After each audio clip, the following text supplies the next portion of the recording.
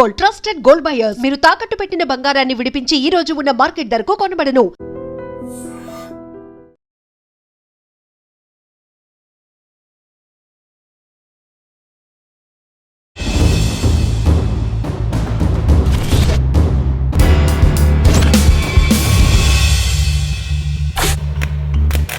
Welcome to I dream. ఆంధ్రప్రదేశ్లో మారేడుమిల్లి అడవులో అమరులైన హిడ్మాకి మొట్టమొదటి బాధ్యత వహించిన సంబాల రవీందర్ అలియాస్ అర్జున్తో పాటు దేశం అంతా కూడా ఆయన పేరు వినబడుతుంది. కానీ హిడ్మాకి తొలుగురు మీరు. హిడ్మా మీకు ఎలా పరిచయం అయ్యారు? మీకు ఎవరు బాధ్యత చేయమని చెప్పారు? హిడ్మాతో మీకున్న అనుభవం ఎలా జరిగింది?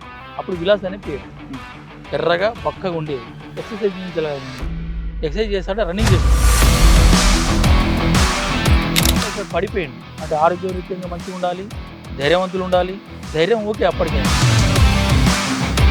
నేను ఎప్పుడైతే రివర్స్ పంపినో అప్పటి నుంచి ఆయన మెదలో తిరుగుతుంది. అది నేను ఎందుకు పని చేయ, ఎట్లా పని చేయ, నన్ను ఈ అర్జున్ దాదా గింత చిన్న చూస్తాడా అనేది ఆయన మనసులో బాగా తీవ్రంగా ఉందన్నట్టు. మీకు ఆయనకి ఎంతకాలం పనిచేస్తారు హిడ్మా? మీరు 6 నెలలు 8 నెలలు మాతోనే ఉంటే. పెద్ద ఎత్తున దాడులు చేయాలంటే మళ్ళీ అందరం కలుసుకోవాల్సిందే, మళ్ళీ విడిపోవాల్సింది. ట్రైనింగ్లో భాగం కూడా దాడిలో ఎలా ఉంటాడు? యాక్టివ్ ఎలా? ఆయనకున్న సామర్థ్యం ఏంటంటే ధైర్యము, తెలివి ప్లస్ ఆ అధ్యయనంలో పుట్టిందే ప్రాక్టీస్. ఇవి అది నేను గ్రహించింది ఆయన డెవలప్ కావడానికి. అదే ఆయన చేసిన వ్యూహం ఎలాగుంటుంది? ఆ వ్యూహంలో పోలీసులు పడ్డారా? అటువంటి దాడులు ఏమైనా ఫెయిల్ అయ్యా? ఆయనకి ఎట్లా కొత్త పోలీసు తయారు చేసిందంటే దాన్ని మొదటి దెబ్బ నా దెబ్బడాలని ఉంటుంది. నేను అట్లే కాదు, వాళ్ళు మన దగ్గరికి వస్తాడు కాదు, మనమే వాళ్ళ దగ్గరికి పోవాలి. అంటే వాళ్ళు ఉరుక్కున్న క్రమం లోపల మనం కొట్టాలి, ఆపి దెబ్బ కొట్టాలని ఈ మొబైల్ ఆంబులెన్స్ అనేది తను డెవలప్ చేసిందే. ఈ సింగర్ మోడల్లో కొట్టింది మొబైల్ ఆంబులెన్స్. అంటే శత్రువు పోతుంటేనే మనం ఫైరింగ్ చేయాలి, అంతే. ఫైరింగ్ చేయాలి, ఆడ ఫైరింగ్ చేస్తే ఆపాలి. రిట్రీట్ అవుతున్నప్పుడు కొట్టడం అన్యాయం కదన్నది. ఫస్ట్ ఏంటంటే గిర్ల యుద్ధం, హిట్ అండ్ రన్, దెబ్బ కొట్టు వెనక్కి తప్పు. అయితే దీన్ని డెవలప్ చేయాలి కాబట్టి మొబైల్ యుద్ధం అంటే గిర్ల యుద్ధం కంటే కొంచెం ముట్టిండు, ఒక 5 చంపిండు కొబ్బరి వాళ్ళను, 5 తుపాలు పట్టుకుని వచ్చింది. ఇట్లా ఏంటంటే ఆయన టాక్టిక్స్ ఏంటంటే శత్రువు వచ్చిందంటే ఆయన్ని కొట్టి ప్రజలను రక్షించాలనేది ఒక మెయిన్. ఇది హిడ్మాకి మీకున్న దీని బంధంలో నేను అనుకోను. హిడ్మాతో 93 నుంచి ఎంతకాలం పనిచేస్తారు పార్టీలో? 2014. 2014 ఎందుకు వచ్చారు?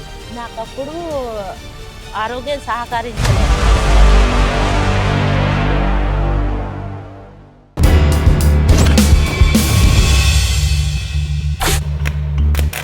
Welcome to I dream. ఆంధ్రప్రదేశ్లో మారేడుమిల్లి అడవులో అమరులైన హిడ్మా ఎందుకు నక్సలైట్ మూవ్మెంట్కి వచ్చారు? హిడ్మా జన్మస్థలం ఎక్కడుంది? హిడ్మాని మావోయిస్టుల వైపు అతను ఆకర్షితుడు అవ్వరనే ప్రధాన కారణం ఏంటి? మొట్టమొదటి బాధ్యత ఎవరి దగ్గర తీసుకున్నారు? అది హిడ్మాకి మిలిటరీ ఆపరేషన్ ఎవరు నేర్పారు? అంతేకాకుండా మిలిటరీ ఆపరేషన్తో పాటు అతని జీవన శైలి ఎలాగుండేది? అదేవిధంగా ఆదివాసుల పట్ల ఆయన ఏ విధంగా సానుభూతికి ఉండేవారు? నిత్యం ఆలోచన ఏ విధంగా ఉండేది? కేవలం హిడ్మాతో కాకుండా హిడ్మా భార్య రాజీ కూడా పార్టీలోకి ఎందుకు వచ్చారు? పార్టీలోకి వచ్చాక ఆమె చేసిన కార్యక్రమాలు ఏంటి అనే విషయం తెలుసుకోవాలనుకుంటే హిడ్మాకి మొట్టమొదటి బాధ్యత వహించిన సంబాల రవీందర్ అలియాస్ అర్జున్తో పాటు రాజీకి సమకాలికులైన అలియాస్ దేవక్క, వీరిద్దరు ప్రస్తుతం అందరు ఉన్నారు. వీరిద్దరిని అడిగి హిడ్మాతో పాటు రాజీ యొక్క జీవన శైలి ఉండేది, పార్టీ వైపు ఎందుకు రావాలనుకున్నారు, వచ్చిన తర్వాత ఇటీవల జరిగిన ఎన్కౌంటర్లో ఎందుకు ఆంధ్రప్రదేశ్కి వచ్చారనే విషయాన్ని వాళ్ళని అడిగి తెలుసుకుందాం. అక్క అన్న నమస్తే. అక్క నమస్తే. నమస్తే. సంబాల రవీందర్ గారు అలియాస్ అర్జున్ డీకేలో ఎక్కువ కాలం పనిచేశారు. మీరు చేసిన కార్యక్రమాలన్నీ గతంలో మన ఇంటర్వ్యూలో వివరించారు, కానీ అక్క మాత్రం ఇదే మొదటిసారి రావడం. ఫస్ట్ మన అక్కతో వెళ్దాం. హిడ్మా గురించి కన్నా ముందు హిడ్మాతో పాటు రాజీ చనిపోయారు కాబట్టి, అక్క రాజీ చనిపోవడం మీరు చూస్తుంటారు. రాజీ చనిపోయిన విషయం మీకు తెలిసిన వెంటనే మీకు ఎలాగనిపించింది? అసలు రాజీకి మీకు ఎప్పుడు పరిచయం ఏర్పడింది? ఆమె పార్టీలోకి ఎందుకు వచ్చారు? 20 సంవత్సరాల పార్టీలో ఆమె చేసిన కార్యక్రమాలు ఏంటి? రాజే గొల్లపల్లి ఏరియా, వీరపురం గ్రామం. ఆ వీరపురం గ్రామంలో ఆ పటేలు బిడ్డ ఈమె రెండో బిడ్డ. వీళ్ళ అక్కలు అక్క చెల్లెలు 5గురు, 2 తమ్ముళ్ళు. వీళ్ళు తమ్ముడు ఒక్కడు ఉన్నాడు. ఒక తమ్ముడు చదివి పిచ్చి అయ్యి మనోడే పిచ్చోడని మా డివిజన్లో చంపిండు. పార్టీ చంపింది. చుకులి ఈయన ఇన్ఫార్మర్ కోసం వచ్చినని మాత్రం ఆయన పిచ్చోడయ్యి అక్కడ పోయిండు అన్నట్టు. రాజే వాళ్ళ తమ్ముడు.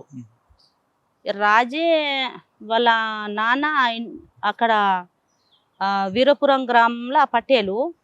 కానీ ఆ పటేల్ అయినా కూడా అక్కడ ఉన్న ఈ ఫారెస్ట్ వాళ్ళు భూములు కొట్టుకోవడానికి సాగు చేయడానికి ఇయ్యకపోయేది. ఆ టైంలో 98లో వచ్చింది ఈమె పార్టీలోకి.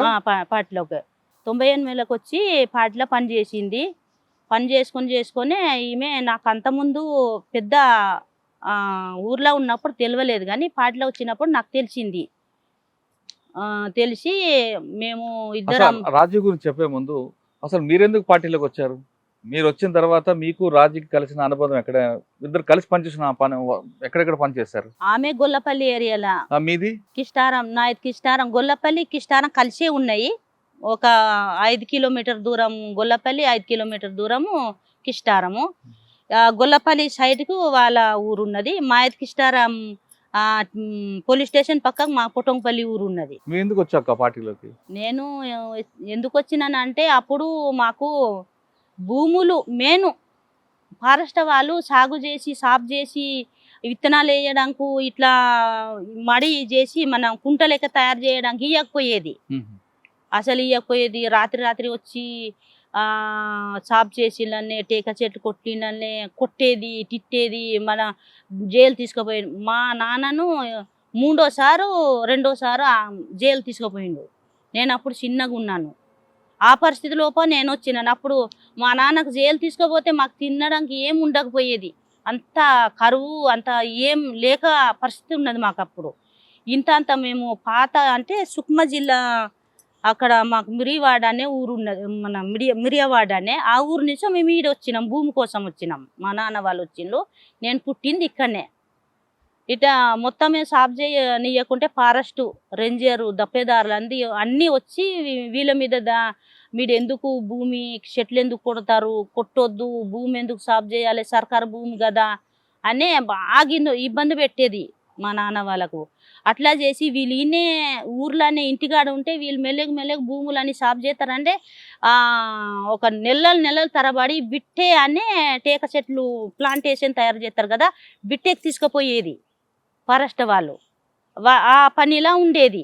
మేము ఇంటికాడ ఉండేది. మా అమ్మ తునికి పండ్లు అవి తెచ్చి ఆకులు, ఈ బయట మనం అడవిలో దొరుకుతాయి కదా ఆకుకూరలు, అవన్నీ అట్లా జమ చేసుకొని, ఇప్పగింజలు ఇవన్నీ జమ చేసుకొని అట్లా అంగడికి తీసుకుపోయి అమ్ముడు, మాకు తినబెట్టుడు, మాకు చదువుకునేది మా అమ్మ. ఆ పరిస్థితి లోప అదే టైంకు ఇట్లా పబ్లిక్ అక్కడ మొత్తం మెయిన్ కిష్టారం, గొల్లపల్లి సెంటరింగా ఫారెస్ట్ వాళ్ళు మొత్తం పోలీసులు తక్కువ ఉండేది.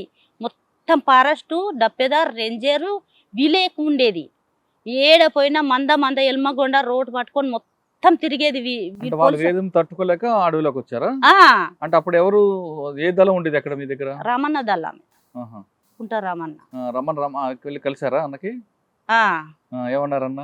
ఇవన్నీ పోవాలంటే మనం ఇప్పుడు దీనికి అప్పుడు పీపుల్స్ వార్ పార్టీ అని ఉండే కదా, తర్వాత మావోయిస్ట్ అనే అయింది. కానీ పీపుల్స్ వార్ పార్టీ ఇది ప్రజల కోసమే కోట్లాడుతుంది. భూములు మనం సొంతం చేయాలంటే కోట్లాడాలి. ఈ రేంజరు పోలీస్ స్టేషన్లు అన్నీ పోతేనే మన ఈ భూములు దొరుకుతాయని మొత్తం మన దున్నేవానికి భూమి, మనం పుట్టినము ఈ భూమిలానే, పెరిగినాము ఈ భూమిలానే. మన భూమి మనకు దొరకకుంటే ఎవరికి దొరకాలి, ఎవరికి చెందాలి ఈ భూము? ఇదే భూమిలో పుట్టినాము, ఇదే భూమిలో పెరిగినాము. మీ భూమి కాదు ప్రభుత్వం భూమి అంటే ఎట్లా వాళ్ళదవుతుంది? మనము ఈడ జంతువులతో కోట్లాడుతున్నాము, అన్ని వాటికి నీళ్ళు లేక అవన్నీ లేక ఇంత కోట్లాడి మనం ఈడు ఉన్నప్పుడు మీ భూమి కాదనే అంటే ఎట్లా వాళ్ళ భూమి అవుతుంది, ప్రభుత్వం భూమి ఎట్లా అవుతుంది అని మెయిన్ టార్గెట్ పెట్టిండు. మన భూమే మనం సొంతం చేసుకోవాలంటే అందరు పార్టీలో ఏకమయ్యి పార్టీలో పెద్ద సంఖ్యలో రిక్రూట్ అయ్యి ఇప్పుడు కోట్లాడితేనే మనకు దొరుకుతాయి భూములు. ఇప్పుడు పోలీసుల మీద కోట్లాడాలి, పోలీసుల మీద చంపాలని అప్పుడు అంత పెద్దగా చెప్పలేదు మాకు. కానీ ఫస్ట్ ఫారెస్ట్ రేంజర్ వాళ్ళతోటే కోట్లాడాలి. ఎంతకాలం తిరిగావు రమణతోట? మాకు అప్పుడు సంఘాలు పెట్టింది 90లోనే. సంఘాలు పెట్టు, మహిళా సంఘాలు మాకు 90లో పెట్టిండ్రు. అప్పుడే 90లోనే పెట్టంగానే మాకు కొద్ది రోజుల టైంకేనే జనజాగరానే అప్పుడు లేపింది. ఇంకా ఆడాడ మొత్తము పోలీసు వాళ్ళు వచ్చి కొట్టుడు తీసుకుపోడు సంఘాలకన్నీ నిర్మాణాలకన్నీ తీసుకుపోవడం స్టార్ట్ అయింది అప్పుడే. ఇంకా 90ల జంజాగర్ వచ్చింది. మేము 90లోనే సంఘాలని నిర్మాణాలు అయినాయి. ఇంకా అదే టైంకి మేము కూడా అంత పెద్దగా అప్పుడు నేను చిన్నగా ఉండే అప్పుడు చిన్నతనంలోనే. ఇంకా వీళ్ళు మా బాబాయ్ వాళ్ళందరూ ఇప్పుడు ఉన్నాడు వెంకటేశు వాళ్ళందరు పాటల వచ్చిండ్రు. వాళ్ళకు చూసి మేము కూడా అసలు పోవాలి ఇవన్నీ ఫారెస్ట్ ఇప్పుడు అడవి అంతా నరికి బీట్లు ఇట్లా ఇవి చెట్లని కట్ చేసి అవి మొద్దులు ఇంత మొద్దులు చేసి లారీలు కుంటకు తీసుకుపోయేది బీట్ మొద్దులు. అడవి అంతా మొత్తం అసలు అడవి నరికేది ఫారెస్ట్ వాళ్ళే. మళ్ళా అక్కడ ఉన్న ఆదివాసులు పొలం చేద్దాము ఒక భూమి సాగు చేద్దామంటే చేయనీయకపోయేది. అలా ఎంతకాలం పనిచేస్తారు పార్టీలో? పార్టీలో నేను 90 నుంచి 91 వరకు 93 దాకా 2 ఏళ్ళు సంఘాలలో పనిచేసి 93లో నేను పార్టీ డైరెక్టర్ రిక్రూట్ అయినా. 93 నుంచి ఎంతకాలం పనిచేశారు పార్టీలో? 2014 దాకా. సరే 2014 ఎందుకు వచ్చారు? నాకప్పుడు ఆరోగ్యం సహకరించలే, మంచిగా లేను, నేను సీరియస్ పేషెంట్ అయినా, ఉండలేకపోయినా నేను పాటలో. అట్లానే నేను పేషెంట్ అయిన క్రమంలోనే పాటలో కూడా కొన్ని విభేదాలు అంటే వ్యక్తిగత పార్టీ సిద్ధాంత పరం కాదు కొన్ని అట్లా విభేదాలు వచ్చినాయి. ఏమొచ్చాయి ఎవరెవరికి? కమిటీలా అట్లా కమిటీ పరంగా. పార్టీలోంచి మీరు దాదాపు 20 సంవత్సరాలు పనిచేస్తారు కదా? 20 సంవత్సరాల్లో అన్న ఎక్కడ పరిచయారు మీకు? అన్న కూడా అప్పుడు మిలిటరీ దళం అని ఉండే. నేను అప్పటికే వచ్చిన పాటలో ఉన్నాను. ఒక బాసగూడెంలోనే చూసిన, బాసగూడ దళంలో చూసి పెళ్లి చేసుకుంటా కమిటీకి చెప్పారా? లేదు చాలా రోజు కలిసి పని చేసినాం. కలిసి ఒక నేను ఆయనకు చూసుడు అంటే 90లో రిక్రూట్ అయితే 94, 95, 96లో మేము పెళ్ళి అయింది. 3 ఏళ్ళు కలిసి మేము ఒక దళంలోనే పని చేసిన తర్వాత పెళ్ళి అయింది. 20 సంవత్సరాల దళంలో మీరు చేసిన మంచి కార్యక్రమాలు ఏంటి ఉన్నాయి ప్రజల కోసం? నేను మెయిన్ దక్షిణ బస్తారు పశ్చిమ బస్తారు చెప్పాలంటే ఏ ఊర్లో ఇంత చెరువు ప్రభుత్వంది ఏం ఇక్కడ భూములు సాగు చేసిళ్ళు, భూములంతా వాళ్ళ అవసరం ఉన్నంత భూము సాగు చేసిళ్ళు. విత్తనాలు కూడా వాళ్ళకి సరిపోయేది అన్న భూము సాగు చేసిళ్ళు. ఒక్కటేమో మన ఈ పార్టీ ఉండి ప్రతి ఊర్లో చెరువులు పోసిళ్ళు. ఒక్కరు కాదు, బాసగూడెంలో సిలింగేరా అనే పెద్ద డెము పోసిళ్ళు మన పార్టీయే. ఏ ప్రభుత్వం చేయని పని చేసింది పార్టీ. అంటే జంతన సర్కార్ కూడా మీరు ఉన్నారు? ఉన్నాం. జంతన సర్కార్ అని మేము కూదు నడిపించినాము. స్కూల్ నడిపించినాం, హాస్టల్ నడిపించినాం పిల్లలకు. నేను వచ్చే టైం నేషనల్ పార్క్లో ఒక 100 మందితో హాస్టల్ పెట్టినాం పిల్లలకు. హాస్టల్ అంటే పొద్దున్న మధ్యాహ్నం రాత్రి 3 పూట్ల భోజనం? మొత్తం పర్మనెంటే. పొద్దున మొత్తం 3 పూటలు భోజనం హాస్టల్లోనే. ఎంతమంది ఉండేవారు పిల్లలు? 100 మంది ఆడపిల్లలు మగ. ఇంకేం చేశారమ్మ పార్టీలో? అంటే అక్కడ ఉన్న ఆదివాసుల కోసం ఏం చేశారు? నేను ఇప్పుడు అన్నాను కదా, చెరువులు, డెమ్ములు, భూములు సాగు చేసిండ్రు. అట్లనే ఇవి మెయిన్ భూమి మా చేతుల్లో దొరికిందనే నేనైతే భావిస్తాను. ఎందుకు ఇప్పుడు ఉన్న ఏ ప్రభుత్వం, ఏ బ్రిటిష్ సర్కారు ఉన్నా కూడా దక్షిణ పశ్చిమ ఎక్కడ ప్రభుత్వం చేసిన డెమ్ములు లేవు, చెరువులు లేవు. పార్టీ చేసినవి ఉన్నాయి. ఇప్పుడు అంత పెద్ద ప్లానింగ్ చేసిన పార్టీ అది సాధించుకున్నామని నేను భావిస్తాను. 20 సంవత్సరాల్లో మీరు దాడులు ప్రతి దాడులు చేస్తుంటారు. ఒక ప్రతి దాడి చెప్పండి, మీరు ఏ ఎన్కౌంటర్ తప్పించుకున్నారని? ఎన్కౌంటర్ అని చాలా ఎన్కౌంటర్లు తప్పించుకున్నాము. సరే, ఈ క్రమంలో రాజీ ఎప్పుడు పరిచయారు మీకు? రాజీకి మీకున్న అనుబంధం ఎలా ఉంది? రాజే ఇవన్నీ చేసే టైంకు నేను అప్పుడు నేను ప్లాటూన్లో ఉన్నాను. ప్లాటూన్లో ఉండి నేను కుంటల మా ఏరియా కుంట కాబట్టి నేను ఇంటికి చూడడానికి పోయినాను అన్నట్టు. నాకు పంపించారు. పంపిస్తే రాజు అప్పుడు దళంలో వచ్చి దళంలో ఉన్నది ఉంటే అప్పుడు మధ్యప్రదేశ్ నుంచి ఛత్తీస్గఢ్ అల్లగైంది కదా. ఆ క్రమంలో నేను మన రాజే కలిస్తే ఇద్దరం మేము ఆ ప్రోగ్రాంకు మొత్తం పబ్లిక్ ప్రజలకు ఆ రేలీలో పంపించుడు, ఆ పోస్టర్ రాసుడు, అన్ని రాసుడు. ఈ సమయంలో మేము ఇంకా నెల 15 రోజులు రాజే నేను ఇద్దరం ఒక దగ్గర ఉన్నాం. ఫ్రెండ్స్ అయిపోయినాము, ఎట్లా రిక్రూట్ అయినావు, ఏంది నానేమన్నాడు, నీకు నాన్న పంపిండా, నీవు రిక్రూట్ అయినప్పుడు నాన్న నీకేమన్నాడు అని ఇద్దరం ఒకళ్ళొక్కరు. ఇంకా నాకు కూడా నాన్న నేను నా అమ్మ నాన్న నాకు పార్టీలో పో అని నాకు ప్రోత్సహించలేదు, ఇయ్యలేదు, వ్యతిరేకించిండ్రు. అసలు పోవద్దని అప్పుడు పెద్దలు అసలు పార్టీ మంచిది కాదు, అసలు పోవద్దని మొత్తం ప్రసారం చేసేది కదా. అప్పుడు కల్ముదేవాలు అనే పండోడు కల్ముదేవాలు కాయకోసాలు అక్కడ కుంటాల వాళ్ళందరూ పార్టీ మస్తు వ్యతిరేక చేసేది. కాయకోసాలు వీళ్ళందరూ అసలు ఎవ్వరు పార్టీలో పోవద్దు, ఇట్లా భూముల సమస్య ఫారెస్ట్ సమస్య ఉన్నా కూడా పోవద్దనే వీళ్ళు ఒత్తిడి చేసేది. అంటే రాజకీయ నాన్న అమ్మ నాన్న చెప్పారు పార్టీలకు వెళ్ళమని అనలే. నేను అన్ని చెప్పినాక నాకు కూడా అదే పరిస్థితి ఉన్నది. మా నాన్నకి ఇన్నిసార్లు అసలు ఈ పోలీసు వాళ్ళు తీసుకుపోయి జైల్లో పెట్టిండు, జైలు నుంచి వచ్చిండు. ఇంత మనము చేసేది ఏదైనా అధికార శ్వాసాన్ని మన సొంత మాట్లాడడానికి ఉండడానికి బతకడానికి ఏం చేసలేదు కాబట్టి. కానీ మా నాన్న నాకు పార్టీలో పోనీయలేదు, మంచి పార్టీ కాదనే అంత ఇక్కడ ఉన్న పెత్తందారు పెద్దలు అంత భూసములు అంతా ఇట్లా చేసింది కాబట్టి అందుకు మా నాన్న కూడా నాకు పోనీయలేదు, వద్దని చెప్పిండు.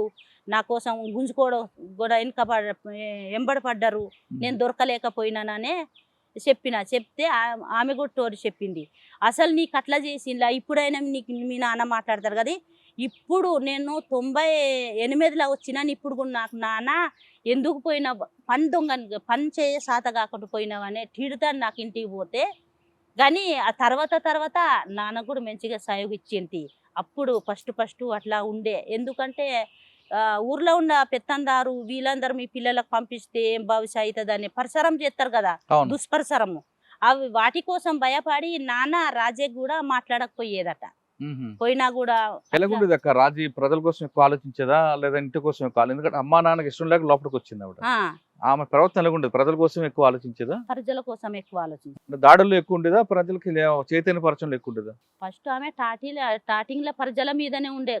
సంఘాలు పెట్టులు, మహిళా సంఘాలు, అన్ని దీనిలోనే పని చేసింది. గొల్లపల్లి కిష్టారం నుంచో కుంట ఏసీలో మారింది. కుంట ఏసీ నుంచో తర్వాత ఆమె కంపెనీల బెటాలియన్ పోయింది అంతే. మీకు ఆవిడతో బాగా పరిచయం ఉంది కదా. రాజీకి హిడ్మా ఎప్పుడు పరిచయం అయ్యారు? 2002లో అయింది. 3 మధ్యలో అయింది పెళ్లి. వీళ్ళు అప్పుడు ఇడ్మా టీడీలో పనిచేసేటప్పుడు వీళ్ళిద్దరు ఏదో టీడీ టెక్నికల్ డిపార్ట్మెంట్లో ప్రొటెక్షన్ కోసం పోయిండు. వాళ్ళిద్దరు ఆడ కలుసుకున్నారు, మాట్లాడుకున్నారు. మీకు అప్పుడు పరిచయం హిడ్మా? పరిచయం. ఆయన ప్రవర్తన ఎలాగుండేది? చాలా మంచిగా ఉండేది ఇడ్మా. హిడ్మాతో మీకున్న పరిచయం ఎలాగుండేది? ఇడ్మా చాలా మంచిగా ఏ విషయం అయినా ఏదైనా అడిగితే చాలా మంచిగా మాట్లాడేది, మర్యాదగా మాట్లాడేది. ఎందుకంటే ఆయనకంతా మేము సీనియర్లు కదా, ఆయన తర్వాత వచ్చి అభివృద్ధి చెందిన కానీ మేము సీనియర్ కదా. ఏదైనా మాకు నవ్వే లెక్క మాట్లాడేది. మీరు పెద్దోళ్ళు పెద్దక్కలని అట్లా, పెద్దోళ్ళు కదా పెద్దక్కలు ఏదైనా. హిడ్మాని రాజు ఎప్పుడు పెళ్లి చేసుకున్నారు? అది 2003 ఎక్కడ మన అడవిలో అయిందా లేదా హిడ్మా ఇంటి దగ్గర అయింది? ఇంటికి ఆడేందుకు కుంట ఏరియాలో అయింది. మీరందరూ వెళ్ళారు పెళ్లికి? పెళ్లికి వెళ్ళలే, మాట్లాడుకున్నారు. ఇద్దరు పెళ్లి చేసుకోవాలని నిర్ణయించుకున్నారు ఇద్దరనే. అంతే వారు తిన్నాం, తర్వాత పెళ్లి అయిందని విన్నాం అంతే. తర్వాత మళ్ళీ ఎప్పుడు మీరు అందరూ కలిసారు? హిడ్మా మీరు రాజీ అందరు కలిసారు, ఇప్పుడు పనిచేసారా? కలిసినాం. ఎక్కడ ఎక్కువైతే దక్షిణలోనే, ఈ మన జొన్నగూడెము, ఈ మన సిలింగేరు, అటుపోతే పిడియా అట్లా కలిసేది. ఇంకా కలిసి రాజే కూడా ఫస్ట్ ఇడుమలో వచ్చిన బియ్యంలా వచ్చినాక రాజే ఏసీ కుంటే ఏసీలో ఉంటే ఆమెకు కూడా బియ్యం. రాజీ మీరు హిడ్మా కలిసి ఎక్కడైనా దాడిలో ఉన్నారా? ఏదైనా దాడులు చేశారా? అంటే మీ ఇద్దరు ఎప్పుడు విడిపోయారు? రాజీ మీరు? రాజే నేను పార్టీకి ఎప్పుడో ఇడిచిపెట్టినా అప్పుడు ఇంకా రాజేకి నేను కట్ అయినాను అంతే. రాజీ వద్దని చెప్పలేదా? ఉండమన్నారా వెళ్ళిపోమన్నారు బయటికి? మనం ఆ విషయం చెప్పాం కదా, చెప్పలేను నేను ఆ విషయం. తర్వాత బయటకు వచ్చి ఎప్పుడు కలవలేదా, మాట్లాడుకోలేదా? కలవలే. వాళ్ళు ఎందుకు కలుతారు నాకు సార్? కలవలే. మీతో దాదాపు 20 సంవత్సరాలు అంటే కలిసి ఒక నెల రోజులు కలిసి పనిచేయడం, దగ్గరుండి పనిచేయడం నెల రోజులు అయితే, పార్టీలో ఉండే 20 సంవత్సరాలు మీ ఇద్దరు కలిసి ఉన్నారు, పక్క పక్క గ్రామం. అంత టైం కలవలే. కానీ ఇట్లా కలిసి 2-3 మధ్యలో గంటలు కలిసి మాట్లాడ విడిపోయేది. విడిపోయేది అట్లా. అట్లా. అచ్చా. కానీ అది ఒక్కసారి ఆమె గొల్లపల్లి డిప్టీ కమాండర్గా ఆమె బాధ్యుడిగా ఉన్నది. కమాండర్ రాజేష్ ఉన్నాడు. అది ఛత్తీస్గఢ్ కోసం మేము ప్రజలకు మొత్తం ఏక్త చేసి ఒక 20,000 మందికి మేము కుంట రేలీకి పంపించినాం కదా. ఆ పోస్టర్ రాయడానికి మాట్లాడడానికి మేము రాయలేక బడి మన స్కూల్ పిల్లలకు తెచ్చి రాపిచ్చినాం అన్నట్టు పోలేంపల్లి. ఇంకా దానిలో మొత్తం ఇప్పుడు కుంట గొల్లపల్లిలో సున్నం నాగేశ్ అని ఉన్నాడు. ఒక ఎడ్ల బండితోటి పోస్టర్ తెప్పించిండు, ఆ వైట్ పేపరు. ఆ రాత్రి ఆ గొల్లపల్లి చుట్టూ అంతా తిరిగినాం. గొల్లపల్లి ఒక స్టేషన్కి ఇడిచి పెట్టినాము. అంత చుట్టూ తిరిగి అంతా ఊరోళ్ళకి అంతా మాట్లాడి వెళ్ళిపోయినాం. పోలీసు వాళ్ళు ఏవో లైట్ మా మీద వేసిళ్ళు. వేసినా కూడా మేము భయపడలే. రాజు ఉన్నాడు, రాజేష్ ఉన్నాడు, నేనున్నా. పోలీసులు ఉన్నారు, సిఆర్పిఎఫ్ ఉన్నారు, సిఆర్పిఎఫ్లు ఉన్నారు గొల్లపల్లి. గొల్లపల్లికి. ఎందుకు రాలేదు వాళ్ళు? ఇది తెలితే కానీ ప్రజలు మన మీద మన దిక్కున్నారు కదా. బయట వాళ్ళే సెండ్రి ఉన్నారు అప్పుడు. ఆ పోలీస్ స్టేషన్ పోలీసులు వెళ్ళే తోవల వాళ్ళు సెండ్రి ఉన్నారు.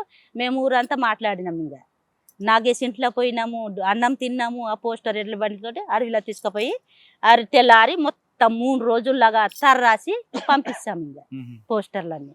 అంటే అప్పుడు రాజీ మీరు కలిసి పనిచేశారు? నెల 15 రోజులు కలిసి పనిచేసినాం.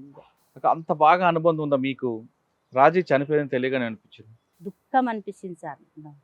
ఏడిపే వచ్చింది. ఇంకా 2 రోజులు నాకు నిద్ర రాలేదు. ఎందుకంటే మేము ముందు వచ్చినాం కానీ ఆమె వెనక్కి వచ్చింది. మా ఏరియనిసో మేమందరం వెళ్ళి వచ్చినాం కానీ ఆమె త్యాగం చేసింది కదా అని నాకు దుఃఖం వచ్చింది. ఇడమాలైనా రాజైన ఇద్దరికి మస్తు నాకు దుఃఖం అనిపించింది. నిద్ర కూడా రాలేదు. అమ్మా నాన్న వద్దన్న మీరు పార్టీ లేరు, రాజక్క కూడా పార్టీలోకి వచ్చింది. 20 సంవత్సరాలు మీ జీవితంలో సగభాగం పార్టీకి ఇచ్చారు, ప్రజల కోసం ఇచ్చారు. పార్టీ కోసం ప్రజల కోసం ఇచ్చారు. ప్రజల కోసం. కానీ మీరు అనుకుంది సాధించారా? ఏ లక్ష్యంతో మీరు పార్టీలోకి వెళ్ళారో ఆ లక్ష్యాన్ని సాధించారా? గెరిలా యుద్ధం, మొబైల్ యుద్ధం నడుతుంది కదా. అప్పుడు విముక్తి ఏరియాలు వస్తాయనే ఏదైనా మేము లక్ష్యం పెట్టిపోయినామో అది ఇప్పుడు ప్రభుత్వం ఉన్న డిపార్ట్మెంట్ చేయనీయలేదు కదా, చేయనీయలే, అది నిలబడనీయలే. అందుకే మేము అది మధ్యలో వదిలిపెట్టినాము అని నేను భావిస్తాను. రాజీ సాధించింది అనుకుంటారా? రాజీ ఒక పాట అంటే ఏరియా ఒక మనకు పట్టు మనకి అధికారం లేకుంటే కూడా ఆమె ప్రజల కోసం త్యాగం ఇచ్చింది. అంటే రాజీ మరణం అనేది అమరులదే కాదని లేవు. ఎవరు ఆమె చేసిన త్యాగాన్ని మనం ఎవరు మర్చిపోలేం. మీరు చేసిన త్యాగాన్ని మర్చిపోలేం, కాదనట్లేదు. కానీ ఆమె అనుకున్న లక్ష్యాన్ని వాళ్ళ అమ్మా నాన్న కాదని పార్టీలోకి వచ్చి ఆమె అనుకున్న లక్ష్యం సాధించిందా లేదా అని మీకు తెలుస్తుంది. మీకే నాకన్నా మీకే బాగా పరిచయం కాబట్టి. ఇంతవరకు మహిళా ప్లాటూన్ కమాండర్, మహిళలో తొలి కమాండర్ ఇప్పుడు మనం అడమి అలియాస్ దేవకతో మనం ఇంటర్వ్యూ చూసాం. అంటే దేవకకి అదేవిధంగా హిడ్మా భార్య రాజీకి ఉన్న అనుబంధం, ఆవిడ చనిపోయిన తర్వాత వాళ్ళకి ఉన్న బంధాన్ని గుర్తు చేసుకుంటూ ఆవిడ చాలా దుఃఖించారు. ఇక హిడ్మాకి తొలి గురువు ప్రస్తుతం మనతో ఉన్నారు. ఆయనే సంబాల రవీందర్ అలియాస్ అర్జున్. హిడ్మా ఆయన దగ్గర నేర్చుకుని దాదాపు సంవత్సరం పాటు కలిసి పనిచేశారు. తర్వాత హిడ్మా వేరే దళంలోకి వెళ్ళారు. హిడ్మా యొక్క ట్రైనింగ్ ఎలాగుంటుంది, హిడ్మా యొక్క ఆలోచన ఎలాగుంటుంది, హిడ్మా ఆలోచనతో పాటు హిడ్మా ఒక యాక్షన్ చేస్తే ఏ విధంగా యాక్షన్ చేస్తారో విషయాన్ని రవీందర్ అన్న గారు తెలుసుకున్నాను. నమస్తే. నమస్తే. హిడ్మా ఇప్పుడు మొత్తం దేశం అంతా కూడా ఆయన పేరు వినబడుతుంది. కానీ హిడ్మాకి తొలి గురువు మీరు. హిడ్మా మీకు ఎలా పరిచయం అయ్యారు? మీకు ఎవరు బాధ్యత చేయమని చెప్పారు? హిడ్మాతో మీకున్న అనుభవం ఎలా జరిగింది? ముందుగా ఐ డ్రీమ్ ప్రేక్షకులకు, ఐ డ్రీమ్ ఛానల్కి మా యొక్క నమస్కారం. ఇంతకుముందు 2018లో ఇంటర్వ్యూ చేయడం జరిగింది. అంటే నేను ఏ కారణాల రీత్యా పోయాను, ఏ కారణాల రీత్యా వచ్చాను, మిగతా సిచ్యువేషన్ అంతా ఆ ఇంటర్వ్యూ చేయడం జరిగింది. మరి ముఖ్యంగా ఇప్పుడు ఈ మధ్య కాలంలో ఇడుమ కానీ, ఇడుమతో పాటుగా తమ సహచరి రాజే కానీ, వాళ్ళతో పాటుగా ఇంకా 3 కామెడీలు చనిపోవడము, ఇక దాని గురించి కూడా మాకున్న సాహన్యత్యం, అసలు ఈ సిచ్యువేషన్ కూడా కొద్దిగా ప్రజలు కూడా చెప్పాలనే ఒక దీంతో మేము రావడం జరిగింది.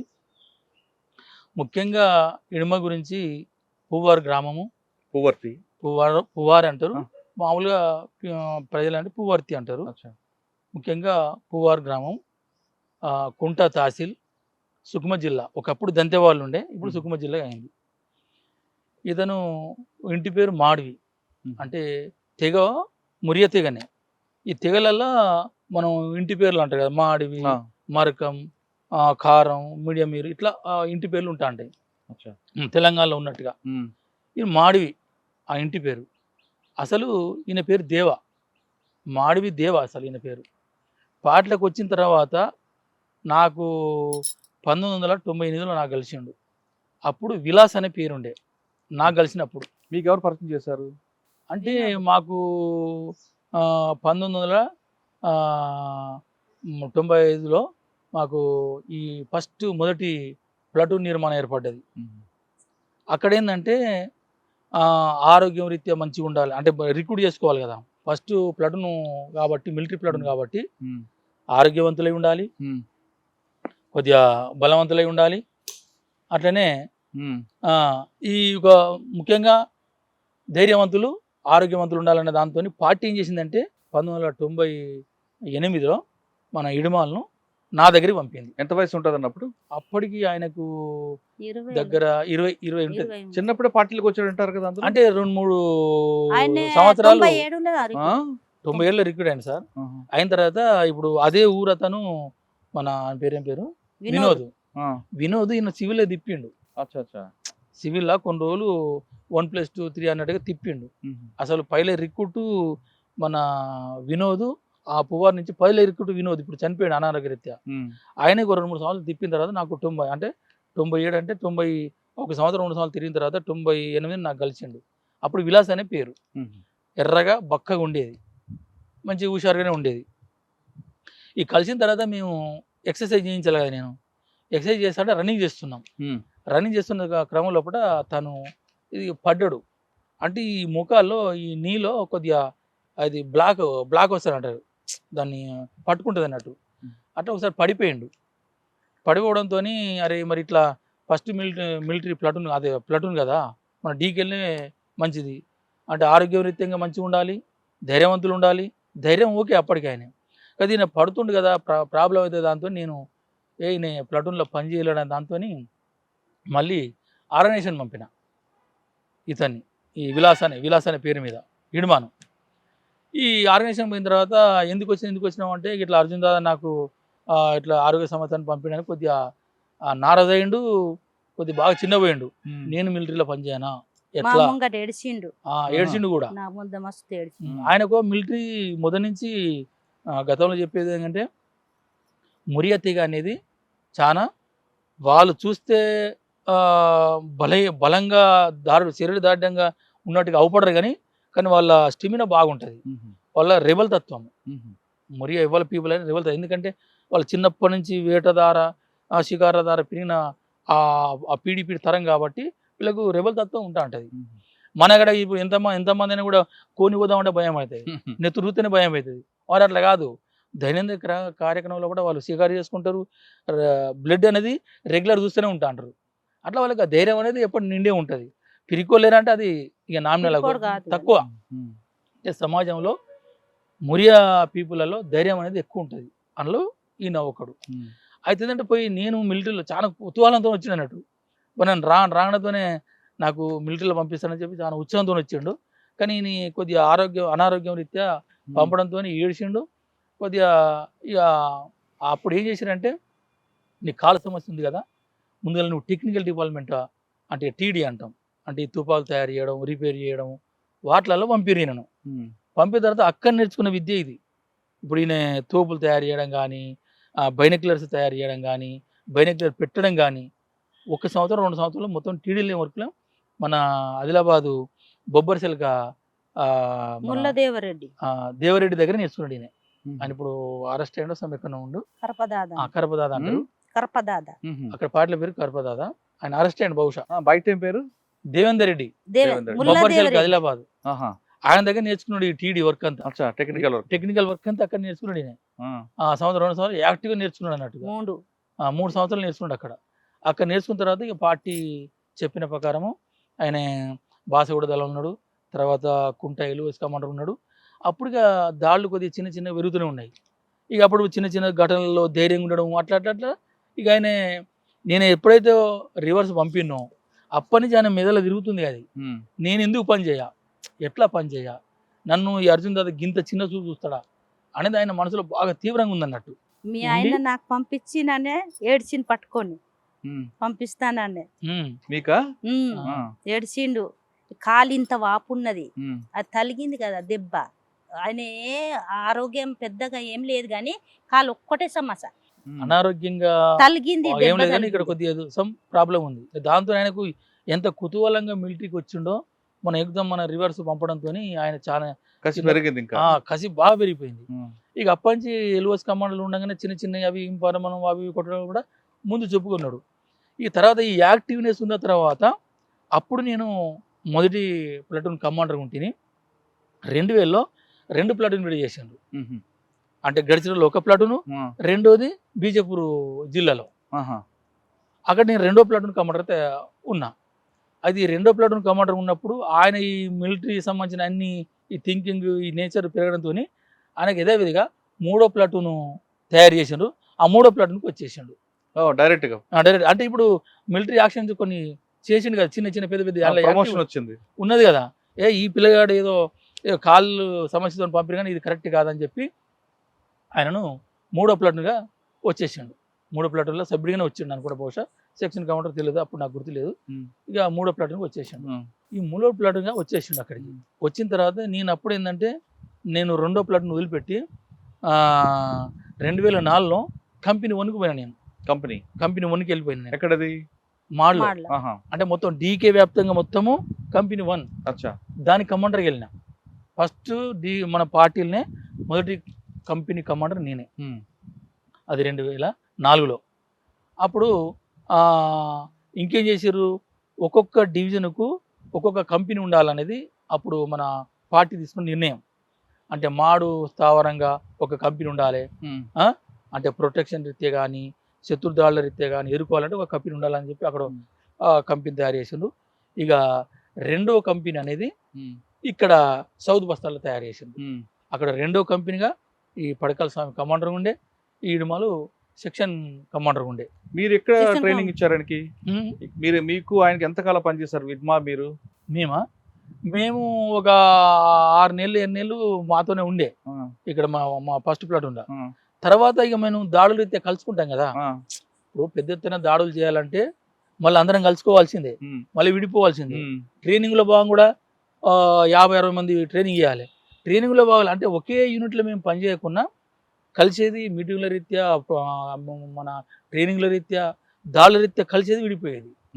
ఆ రకంగా ఏంటంటే తను మంచి ఒక మిలిటరీ మ్యాన్గా, నేను మొదటి కమాండర్ అయినా కూడా నా నుంచి మిలిటరీ ట్రైనింగ్ కూడా నేను ఇచ్చేది కదా. మధ్య మధ్యలో ఎప్పుడు కలుసుకున్నారు? మధ్య మధ్యలో అంటే వచ్చిన తర్వాత ఇప్పుడు ఇక్కడ మన మురికినారు రేడ్ ఒకటి జరిగింది. మురికినారు రేడ్లో భాగంగా కలుసుకున్నాం. ఒకటి అంతకుముందు బాసగూడ ఒక మిలిటరీ క్యాంప్ జరిగింది, అందులో భాగంగా కలుసుకున్నాం. ఇట్లా కొన్ని దాడుల సందర్భంగా మేము మధ్య మధ్యలో కలిసి. దాడిలో ఎలా ఉంటాడు యాక్టివ్? అదే ఇప్పుడు ఆయనకు ఉన్న సామర్థ్యం ఏంటంటే మిలిటరీలో, అంటే బూర్జో మిలిటరీలో కానీ గిరిల మిలిటరీలో కానీ ఎక్కడైనా కూడా ఈ మిలిటరీ ఎత్తుగడలు ఎట్లా వస్తాయి, ఆయన ఎందుకు ఈ స్థాయి వరకు చేరుకున్నాను అనుకున్నప్పుడు నా అబ్జర్వేషను, ఒక నేను మిలిటరీ డైరెక్టర్ కూడా, మిలిటరీ ఇన్స్ట్రక్టర్ కూడా, నేను అబ్జర్వ్ చేసింది, నాకు అవగాహనది, నేను ఒక 25 ఏళ్ళు మిలిటరీలో పనిచేసిన కాబట్టి ఫస్ట్ ఎత్తుగడ టాక్టిక్స్ అనేది ఎక్కడి నుంచి వస్తాయంటే ప్రతి వ్యక్తి ధైర్యవంతుడై ఉండాలి. ఇది ఫస్ట్ ఆఫ్ ఆల్. దానిలో భాగంగా ధైర్యవంతులతో పాటుగా తెలివికలుడై ఉండాలి. ధైర్యము తెలివి ప్లస్ ఈ 2 ఉంటే ఏం చేస్తాడంటే స్థానిక భౌతిక భౌగోళిక పరిస్థితులను అధ్యయనం చేస్తాడు. ఆ అధ్యయనంలో పుట్టిందే టాక్టిక్స్, ఎత్తుగడలు. ఇవి ఈ ధైర్యము, తెలివితేటలు, అక్కడ ఉన్న పరిస్థితులకు అనుగుణంగా చొరవగా ఒక ఎత్తుగడలను సృష్టించే వ్యక్తి ఇడుమాలు. అందుకోసము నీ సిఆర్పిఎఫ్ వచ్చినా, నాగా ఫోర్స్ వచ్చినా, లేకపోతే ఎస్టీఎఫ్ వచ్చినా, ఇప్పుడు కోబ్రా వచ్చినా, మళ్ళీ ఇప్పుడు డిఆర్జీ, వీళ్ళంతా వచ్చిన వీళ్ళందరినీ ఎదుర్కొని తట్టుకొని ఇంత బలగాల్ని సురక్షిత నడిపిందంటే ఇవే కారణము. ధైర్యము, తెలివితేటలు, స్థానిక భౌగోళిక భౌతిక పరిస్థితులను అంచనా కట్టి ఎత్తుగడలు సృష్టించను కాబట్టి ఈయన ఇంత డెవలప్ అయ్యిండు. ఉదాహరణకి ఏంటంటే ఒక పాము వస్తుంది, పాము మన ముందు వస్తుంది, కానీ పిరికున్నాడు ఉరుకుతాడు, ఉరికితే ఆలోచించలేడు. ధైర్యవంతుడు ఏంటంటే నిలబడతాడు, నిలబడితే అంటే తెలివి ఉన్నాడు ఏం చేస్తాడు, అది పొక్కల దూరిందా, చెట్టు ఎక్కుతుందా, లేకపోతే ఇంకెక్కడ అనేది ఆ భౌగోళిక పరిస్థితులను అంచనా కడతారు కాబట్టి కట్టెతో చంపొచ్చా, రాయితో చంపొచ్చా, పొక్కలు దూరితే పొగ పెట్టవచ్చా, ఇవి ఎత్తిగడలు. ఒక పామును చంపాలంటే ధైర్యవంతుడు ఆగి తోక పట్టుకోవడమా చంపడం అనేది ఏదైతే ఎత్తిగడ వేస్తాడో ఇడమ లోపల కూడా ఆ తెలివి ఉన్నది. అది నేను గ్రహించింది ఆయన డెవలప్ కావడానికి అదే. అలా ఆ విధంగా ఒక ఎగ్జాంపుల్ చెప్పండి, పాము కాకుండా ఒక దాడి నుంచి ఆయన ఆయన వేసిన వ్యూహం ఎలాగుంటది, ఆ దాడిలో ఆ వ్యూహంలో పోలీసులు పడ్డారా, అలా అటువంటి దాడులు ఏమైనా ఫెయిల్ అయ్యా? ఒకటి చెప్పండి. ఇప్పుడు సింగనమడుగు అని ఒకటి ఉంది.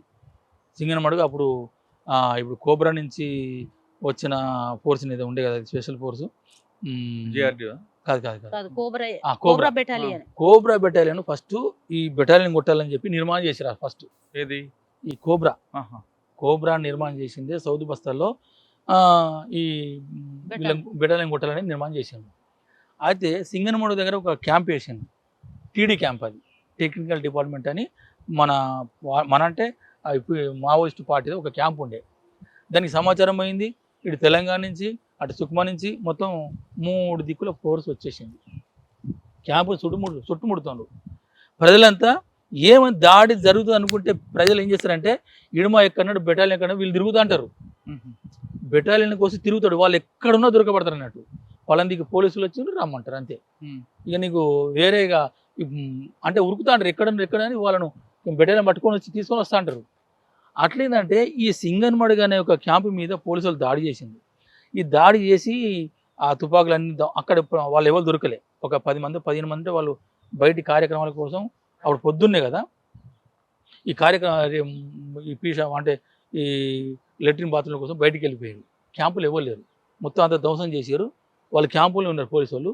అప్పుడు ఇడుమాలు తన బెటాలియన్ వేసుకొని మొత్తం చుట్టుముడుతుండు, ఆ క్యాంపును అంతా చుట్టుముడుతుండు. వాళ్ళు చూసిండ్రు, ఇడుమాలు చూసిండ్రు. మరి అంత ఫోర్స్ వచ్చిన వాళ్ళు మళ్ళీ వీళ్ళని చుట్టుముట్టి కొట్టాలి కదా. కథం వాళ్ళు ఈ ఇడుమాలు వచ్చింది, ఈ చుట్టుముట్టి అంతా చూసిన తర్వాత వాళ్ళు ఒకరికి వాళ్ళు రిట్రీట్ కావడం మొదలుపెట్టిండ్రు. వాళ్ళ లక్ష్యం క్యాంపే ధ్వంసం చేసిపోవాలన్నా లేదా మరి మిగతా బలాలను కొట్టాలన్నా మాకు తెలియదు, కానీ వాళ్ళు క్యాంపును ఖాళీ చేసిపోతున్నారు. అప్పుడు ఇడుమలు ఏం చేసిండు, అందరు వాళ్ళని కొట్టాలనే ఉద్దేశంతోనే మొత్తం ఆ క్యాంపును అంతా మొత్తం ఎన్సర్కిల్మెంట్ చేసి తన బెటాలియన్ అంతా మోహరించి అంత క్యాంపు లోపల దాకా పోయాడు. లోపల పోతే ఏమీ లేదు. సరే ఆయన ఊకోవాలి కదా. అంటే మామూలు అయితే ఏం చేస్తారంటే అరే ఇక్కడైతే లేరు కానీ లేడు కదా ఇంకా ఊరుకుంటారు అని ఊరుకుంటాడు. ఈయన అట్లా ఊకోడు. ఈయనకుంటే ఏంటంటే వచ్చి లోపలికి వచ్చిందంటే ప్రజలకు నష్టం జరిపిస్తారు కాబట్టి వాళ్ళు రక్షించాలి, మనం కొట్టాలి. ఈ కోబరాట ఆయనకి ఎట్లా కొత్త ఫోర్స్ ఏం తయారు చేసిందంటే దాన్ని మొదటి దెబ్బ నాదే పడాలని ఉంటుంది నాకు. అంతే ఆయన సిచ్యువేషన్ అంతే. మొదటి దెబ్బ పడ్డదనుకో ప్రజల్లో భయం పోతుంది. ఆ కోబ్రా వచ్చిండా బాగా ట్రైనింగ్ అనే ఫోర్స్ అని ఒక ప్రజల్లో ఉంటుంది కదా. ఫస్ట్ దెబ్బ పడితే వాళ్ళు ఆ భయాందోళన నుంచి బయటపడతారనే దాంతో ఈయనేం చేసిండు, వాళ్ళు పోతున్న చెప్పులు అడుగులు పట్టుకొని మూమెంట్ చేసిండు. మొత్తం మూమెంట్ చేస్తా అంటే వాళ్ళు వెళ్ళిపోతారు, దొరకలేరు. అంటే ఒక బ్యాచ్ని ఇప్పుడు వెళ్ళిపోతా అంటే ఇట్లా పంపిస్తున్నారు, 2 ఇట్లా పంపిస్తారు.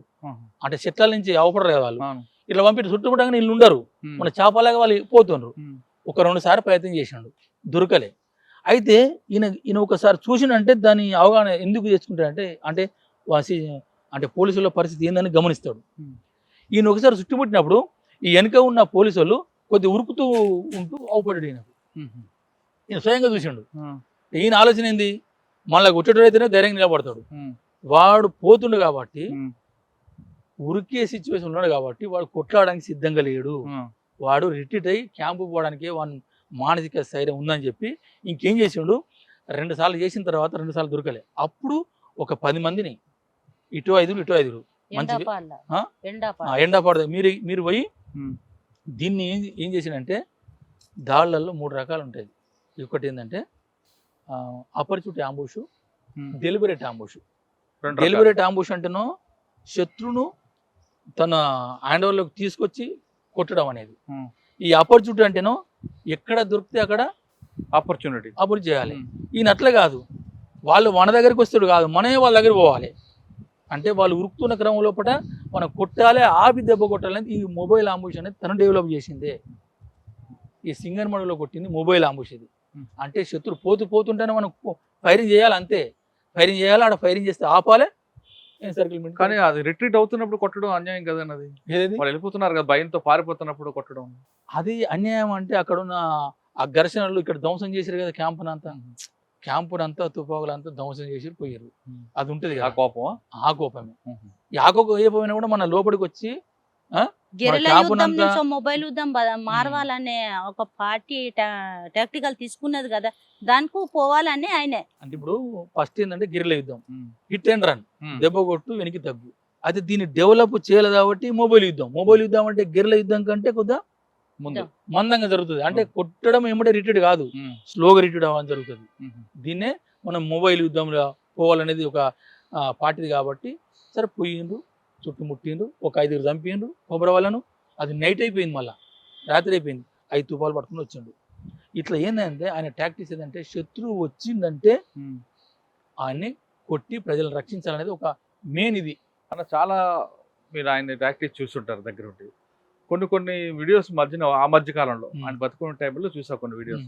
ఆయన సెట్ పట్టుకొని చుట్టుపక్కన ఉండి ఫైరింగ్ చేస్తూనే వాళ్ళందరికీ కూడా గైడెన్స్ ఇస్తుంటాడు.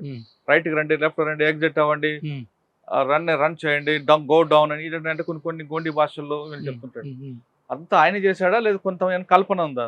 లేదు. ఇప్పుడు ఆయన పెద్ద దాడిలో ఉన్నది ఖచ్చితంగా వాళ్ళతో ఉంటేనే చేయగలుగుతాడు. ఎందుకంటే అంటే అక్కడ టెర్రైన్ గమనించాలి కదా. నువ్వు ఎక్కడ నుండి ఆఫీసులో ఉండి నువ్వు ఇట్లా అట్లా చెప్పలేడు, చెప్తే కూడా అది ఫెయిల్ అవుతుంది. ఈయన హెడ్ క్వార్టర్ అని ఒకటి ఉంటుంది. ఇప్పుడు మొదటి కంపెనీ, రెండో కంపెనీ, హెడ్ క్వార్టర్, ఈ 2 చేయలు అనుకో. హెడ్ క్వార్టర్ అనేది మెదడు, అంటే మన తలకాయ అనుకో. ఇది నడుపుతూనే కదా. ఇప్పుడు ఇట్లా పో అంటే చేయలు ఎట్లయితే ఆడిస్తాయో ఇది చెప్తే ఆయన హెడ్ క్వార్టర్లు ఉంటాడు. ఆయన చెప్పిన ప్రకారం మన బలగాలు మోహరించవలసిందే. ఆయన ఫీల్డ్లో ఉన్నాడు, ఎక్కడో ఉండి చెప్పలేడు. ఎక్కడో ఉండి చెప్తే అవి ఫెయిల్ అయిపోతాయి. ఆయన డైరెక్టే బలగాలతో ఉండేది, నడిపించేది. బలగాలతో వెళ్ళాలి. మీరు చెప్పింది కరెక్టే. సెట్ పట్టుకొని చెప్తాడు. ఎందుకంటే హెడ్ క్వార్టర్ ఆయనకు 20 మంది ఉంటారు, 20 మంది ఉంటారు, రన్నర్స్ ఉంటారు, గాయాలైతే మోసుకపోయే ఉంటారు హెడ్ క్వార్టర్ లోపల. వాళ్ళతో పాటుగా పోతాడు, రన్నింగ్ చేస్తాడు.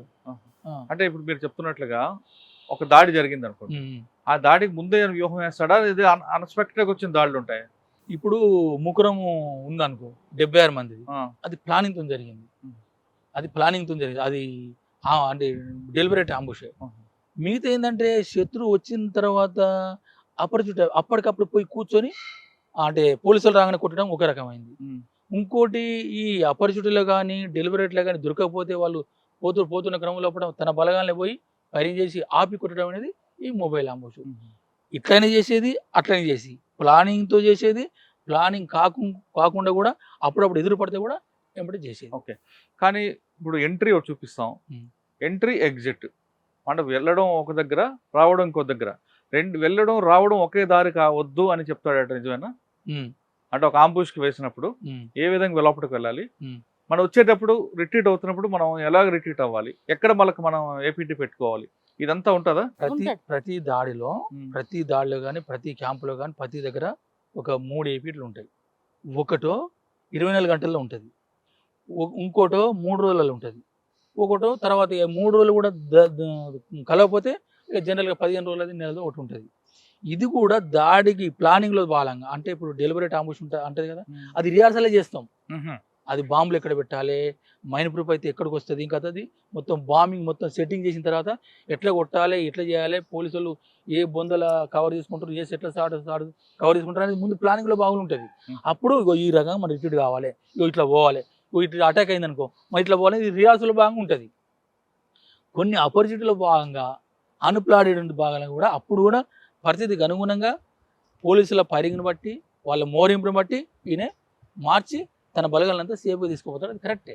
కానీ ఇంకొకసారి మనకి పోలీసులు ఇన్విటేషన్ పంపిస్తారా, మనమే ఇన్విటేషన్ ఇస్తాం పోలీసుకి? అంటే ఇన్విటేషన్ అంటే ఫైరింగ్, పోలీసులు మీకు ఒక 10 కిలోమీటర్ డిస్టెన్స్ లో మీకు ఉన్నారని మీకు ఇన్ఫర్మేషన్ వచ్చింది. ఓకే, మీరు ఇక్కడ నుంచి పారిపోతారా, లేదు వెల్కమ్ చెప్పడానికి ముందు ఫైరింగ్ మీరు ఓపెన్ చేస్తుంటారా? మంచి ప్రశ్న ఇది.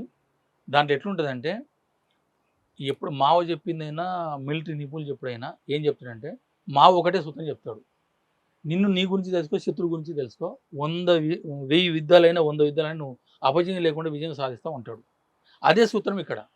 ఇప్పుడు పోలీసులు వచ్చిందంటే వాళ్ళు ఎంతమంది ఉన్నారు, అది ఏ ఫోర్సు, అది కోబ్రానా, లోకల్ ఫోర్సా, అది సిఆర్పిఎఫ్ ఏదన్నా శత్రు గురించి తెలుసుకోవాలి. అంటే ముందు ఫోర్స్ బట్టి మీ యాక్షన్ ఉంటుందా? అట్లా కూడా ఉంటుంది, ఆహా. అట్లా కూడా ఉంటుంది. అందుకే తెలుసుకుంటాం ఆయన బలగాలు ఎంత, పోలీసుల బలగాలు ఎంత, 2 కంపెనీలో ఒక కంపెనీ ఏంది ఇవన్నీ మీకు ఇన్ఫర్మేషన్ వస్తాయా? వస్తుంటది. సెట్ల ధర వస్తుంది, రన్నర్లు పంపుతారు, ప్రజలు చెప్తా ఉంటారు. దీన్ని బట్టి మన బలం ఎంత, మన సంఖ్య ఎంత, మన తుపాకులు ఎంత, ఇక్కడ తూటాలు ఎంత, ఒక దగ్గర ఒక 50 తూటాలని అనుకో ఎన్ని కొట్టగలుగుతాం, మళ్ళీ రిటైల్ ఎన్ని ఉంచాలి, ఇవన్నీ ప్లాన్లో భాగంగా ఎంతసేపు ఉండగలుగుతాం అక్కడ. తూటాలు ఒక్కొక్క దగ్గర 50 ఉన్నాయి, ఒక దగ్గర 10 ఉన్నాయి. ఎంతసేపు కొట్టాలి అక్కడ మనం? ఆ యుద్ధం అది 10 నిమిషాలే, అక్కడ అర్ధ గంటనే. అంటే అనివార్యంగా పెరుగుతుంది చెప్పలేం, అవును, కానీ డిసైడ్ చేయబడుతుంది మన బలం, పోలీసుల బలం. కానీ అది మీరు అదంతా ముందు అంచనా వేస్తారు. కానీ మీ బలం కన్నా పోలీసుల బలం ఎక్కువ ఉంటుంది. మీకు తోటాలు కొన్నే ఉంటాయి, వాళ్ళ దగ్గర తోటాలు కొన్ని వేల తోటాలు ఉంటాయి. వాళ్ళు వెచ్చలవిడిగా కాల్పులు జరుపుతారు. కానీ మీరు ప్రతి తోటాకి జాగ్రత్తగా ఆలోచించి ఫైర్ చేయాలి కదా. మరి అటువంటి సమస్య ఎలా పరిష్కరిస్తారు? అటువంటి సమస్యలు ఏం చేస్తామంటే మనం పోలీసులకు ముందు బ్యాచ్ని కొట్టడమా వెనుక బ్యాచ్ కొట్టడమా, మొత్తం ఆపగలడమా? మొత్తం ఆపాలంటే మనతో కాదు. అందుకోసం ముందు వచ్చి బ్యాచ్ని కొడదాం. ఒక 10 మందిని కొడదామా, 5 మందిని కొడదామా, కొట్టాలి. అక్కడ ఉన్న పరిస్థితిని బట్టి తుపాలు సీజ్ చేసుకోవాలి, లేకపోతే వెళ్ళిపోవాలి. అంటే ఫైరింగ్ ముందు మీరు ఇస్తారా వాళ్ళు ఇస్తారా? కాషన్ ఏంటిది ఫైరింగ్ ఓపించాడు, ఫైర్ ఓపించాడు ఎవరైతే కమాండర్ ఉంటారో దీనికి సంబంధించింది. ఒకవేళ పోలీసు చూడలేదు అనుకో, మనమే ముందు ఇట్లా ఫార్మేషన్ వస్తున్నారు, ఇక గిడికి రాగానే ఓపెన్ చేయాలని ముందే ఉంటుంది అది డెలిబరేట్ ఆంబుష్లో. ఇక అపరిచిత ఆఫీసులో ఆంబుష్లో అయితేనో అది కూడా ఇగో కమాండర్ ఓపెన్ చేస్తాడు. కమాండర్ ఇంతమంది రాగానే అక్కడికి ఆఫ్ చేయాలి. ఈ కిల్లింగ్ జోన్లో ఒక 5 కావాలన్నా 10 మంది కావాలన్నది డిసైడ్ కమాండర్ చేస్తాడు. మిగతా వాళ్ళంతా అక్కడనే ఆపేస్తాం. కొన్నిసార్లు హిడ్మాకి అంటే యుద్ధ నీతి పక్కన పెట్టి ఒక పార్టీ వస్తుంది, శత్రువు దగ్గరలోకి వస్తున్నాడు, 5 కిలోమీటర్ దాని దగ్గరలో ఉన్నాడు. మీరు ఏం చేస్తారంటే మీకు తెలుసు ఎదురుగా వస్తున్నాడు, తూర్పు వైపు నుంచి శత్రువు వస్తున్నాడని మీరు తెలిసినా మీరు కావాలని నార్త్ వైపు కొడతారట, పడమర వైపు, అంటే శత్రు వైపు కాకుండా శత్రువు దృష్టి మరలించడానికి అటువైపు నుంచి ఫైరింగ్ చేస్తారు. నిజమేనా? అయితే కొన్ని ఘటనలు అంటే పోలీసులను డైవర్షన్ చేయడానికి, అట్రాక్షన్ డైవర్షన్ చేయడానికి అట్లా కూడా ఉపయోగిస్తాం. అటు కూడా ఉన్నారు, ఎందుకంటే ఇదే బేసు 2 భాగాలు అవుతారు కదా, అట్లా 2 భాగాలు చేస్తే తక్కువ అవుతారు, అప్పుడు కొట్టవచ్చు అని అటువైపు అందుకే అటు ఉన్నామని కూడా చూపిస్తుంటారా? అట్లా కూడా ఉంటుంది. ఎందుకంటే ఇప్పుడు 100 మంది ఉన్నారు పోలీసులు, అట్లా డైవర్షన్ కోసం వాళ్ళకు కొంతమంది అటు ఎంగేజ్ చేయాలంటే కొంతమంది అటు కూడా ఫైరింగ్ చేస్తారు. ఖాళీ తెలుసు మీకు ఎవరు ఉండరని. అంటే ఈ కొంతమందిని పోలీసు బలగాలను కొంతమంది డివైడ్ చేయాలంటే అట్లా కూడా చేసి మెయిన్ ఎంతమంది మనం కొట్టాలనుకుంటే అంతమంది కొట్టడం జరుగుతుంది. మీరు ఇప్పుడు ఫైరింగ్ గురించి చెప్తున్నారు, ఆంబుష్ గురించి అంటారు. అంటే అప్పుడు ఒక మైనింగ్ ప్రూఫ్ వెహికల్ కూడా బ్లాస్ట్ అయింది. అది ఎలా జరిగి ఉంటుంది? ప్లాన్లో భాగంగా జరిగిందా? అంటే మీరు చేశారనట్లేదు, మీకు వచ్చే సమాచారం ప్రకారం? మాకు వచ్చే సంవత్సరం చూసి చేసిన ప్లానింగే.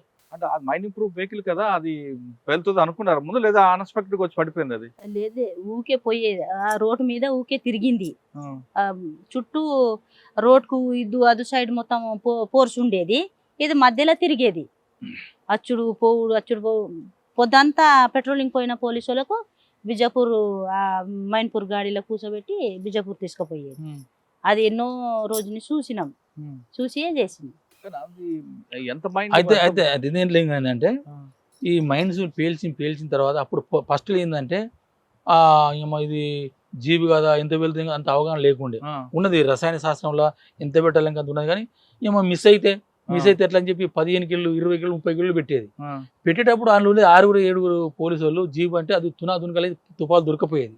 ఫస్ట్ చేసిన వాళ్ళు 90 కంటే ముందు చేసిన వాళ్ళు అది ఎగిరిపోయింది. అసలు తర్వాత సమీక్ష, అరే వాళ్ళు తుక్కు చంపుడైంది, ఈ జిల్టిని ఇంత పెట్టుడైంది, అసలు తుపాకులే దొరుకుతలేవు అని చెప్పి దాంట్లో మొత్తం ఎంత సరిపోద్ది అని చెప్పినప్పుడు జీబుకి అయితే ఒక 7 నుంచి 8 కిలోలు సరిపోద్ది, బస్సుకి అయితే ఒక 6 కిలోలు సరిపోద్ది, మెటోడోర్కి అయితే ఇంకో 10 కిలో 12 కిలోలు సరిపోద్ది. ఇట్లా నిర్ణయించిన తర్వాత ఈ మైన్ ప్రూఫ్ గాడిది ఎట్లా అప్పటికి వచ్చిందా మైనింగ్ ప్రూఫ్ గార్డ్? ఇవన్నీ సమీక్ష అయిపోయినాక ఈ మైన్ ప్రూఫ్ గాడి కొత్తది, అందరికి కొత్తది. అప్పుడుగా ఇది ఎంత పెట్టాలి, అసలు మైన్ పెడితేనే లేవదట ఇది, దీనికి ఎంత పెట్టాలి ఏం కథ అన్నప్పుడు ఇక అప్పుడు ఆ బర్జనలు పడి అప్పుడు పడి ఇక అప్పుడున్న సిచ్యువేషన్లో లేదు దీనికి ఎక్కువనే పెట్టాలి, ఎంతైనా మంచిదని చెప్పి అప్పుడు ఇటో 40 కిలోలు ఇటో 40 కిలోలు 80 కిలోలు పెట్టడం జరిగింది. పెడితేనే అది లేచింది. ఇక అప్పుడు వెళ్ళిపోయింది. ఈ మైన్ ప్రూఫ్ కూడా దీనికి 80 లేకపోతే 70 60 ఇది పెడితే 80 కేజీలు పెట్టాలని ఎవరు చెప్పారు పార్టీలో? రాసి ఉన్నది కదా, మైన్ ప్రూఫ్ ఏమో రాసి లేదు కానీ అప్పుడు ఏంటంటే మనకు ఇది ఇది దీన్ని అంటే దీన్ని బ్లాక్ చేయాలి, అసలు దీన్ని బ్రేక్ చేయాలి. కొంత ఎంతో కొత్త ఎక్కువనే పెట్టాలి, దాంతో ఎక్కువ పెట్టడం జరిగింది. ప్రజలలో భయాందోళన ఉన్నది కదా, మైండ్ పురుపు అంటే అబ్బో అని ఉన్నది. అది తూటాలు దిగది, break మైండ్ చేయాలని దిగది, చేసినాం అంతే. మైండ్కి పేలిపోదు కాబట్టి మా మీద కొత్త ఉన్నది కాబట్టి అట్లా ప్రాక్టీస్ అన్న, ప్రాక్టీస్నే అది డెవలప్ అయితేనే ఉన్నది, అది అంతే. మరి ఇదంతా మెటీరియల్ ఎక్కడి నుంచి వస్తుందో? ఏది జంక్షన్ 6 ఇవన్నీ ఇది దాచుకునే సమస్య ఏమి ఉండదు. ఆ. ఇది ఏంటంటే weapons తుపాకు- అంటే తుపాకులు అంటే మనం పోలీసుల దగ్గర తీసుకుంటాం. ఒకటే మనకు అక్కడ పార్టీలో ఉన్నది, అది ఎట్లా వస్తుందని ఇప్పుడు కొందరు రకరకాలు చెప్తున్నారు. మూడే కుల్లంకుల్లో చెప్పుకోవాలంటే, ఒకటి శత్రువుని ఆధారపడాలనేది ఇది మెయిన్ ఇది. అంటే నీకున్న శత్రు గోదాలే నీ గోదాములు, నీ దగ్గర శత్రువు దగ్గర అంటే పోలీసుల దగ్గర ఉన్న ఆయుధాలు నీ ఆయుధాలు. అది మావో చెప్పింది, అది ఇంప్లిమెంట్ చేసిండు, అది నేపాల్ జరిగింది, అన్ని దేశాల్లో జరిగింది. మనము స్వాధీనం చేసుకోవడం ఫస్ట్ ఆప్షన్. నువ్వు క్యాంపుల మీద పడతావా, స్టేషన్ల మీద పడతావా, పోలీసులు చంపి గుంజుకుంటావా, ఇది ఫస్ట్ ఆప్షన్. నువ్వు సీజ్ చేసుకోవాలి అంతే. శత్రు ఆయుధాలు నీ ఆయుధాలు. రెండోది తయారు చేసుకోవడం. ఎట్లా తయారు చేసుకో నువ్వు 12 వరా, లేకపోతే తపంచలా, లేదా గన్ పౌడర్ నూరుతావా, ఇంకా ఎక్స్ప్లోజివ్ ఇంకా తయారు చేస్తావా, ఇవన్నీ తయారీలో భాగంగా నువ్వు తయారు చేసుకోవడం. మూడోది కొనుక్కోవడం. ఎక్కడ దొరుకుతాయి మనకి? ఎక్కడ దొరుకుతాయి అంటే రకరకాల ఇప్పుడు బీహార్లో దొరుకుతాయి అంటారు, ఇంకెక్కడ జార్ఖండ్లో దొరుకుతాయి అంటారు. ఇవన్నీ నాటు చూపగలరు కదా మీకు దొరికే, మీ దగ్గర ఉన్నవన్నీ కూడా AK-47లు చాలా LPGలు ఉన్నాయి. నేను ఒక 20 సంవత్సరాలు నేను పనిచేసిన అన్న. అది ఫస్ట్లో ఏంటంటే ఫస్ట్లో ఉన్న AK-47లు ఫస్ట్లు కొన్నారట. ఇప్పుడు మనం తుపాలు కొనలేదు, ఎక్కడ కొన్న మాకు డీకే మాత్రం అయితే కొన్ని అయితే కాదు, అన్నీ కొన్ని తయారు చేసుకున్నాయి.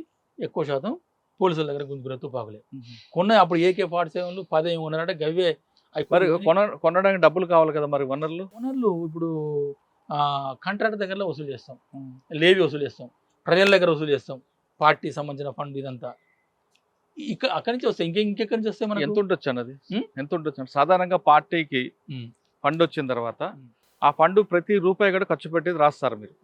మిగతా వాళ్ళగా ఉండదు. మీరు టీ తాగింది రాస్తారు, పేపర్ కొందుకు రాస్తారు. అందులో పార్టీకి ఎలాంటి ద్రోహం చేయరు. పార్టీ ఇచ్చిన క్రమశిక్షణ అది. అకౌంట్స్ ఖచ్చితంగా మెయింటైన్ చేస్తారు. మిగతా వాడు అది బయట ఉన్నాడైతే కొంచెం వెనకేసుకుంటాడు. అన్న ఇది చెప్పాలి ప్రజలకు కూడా.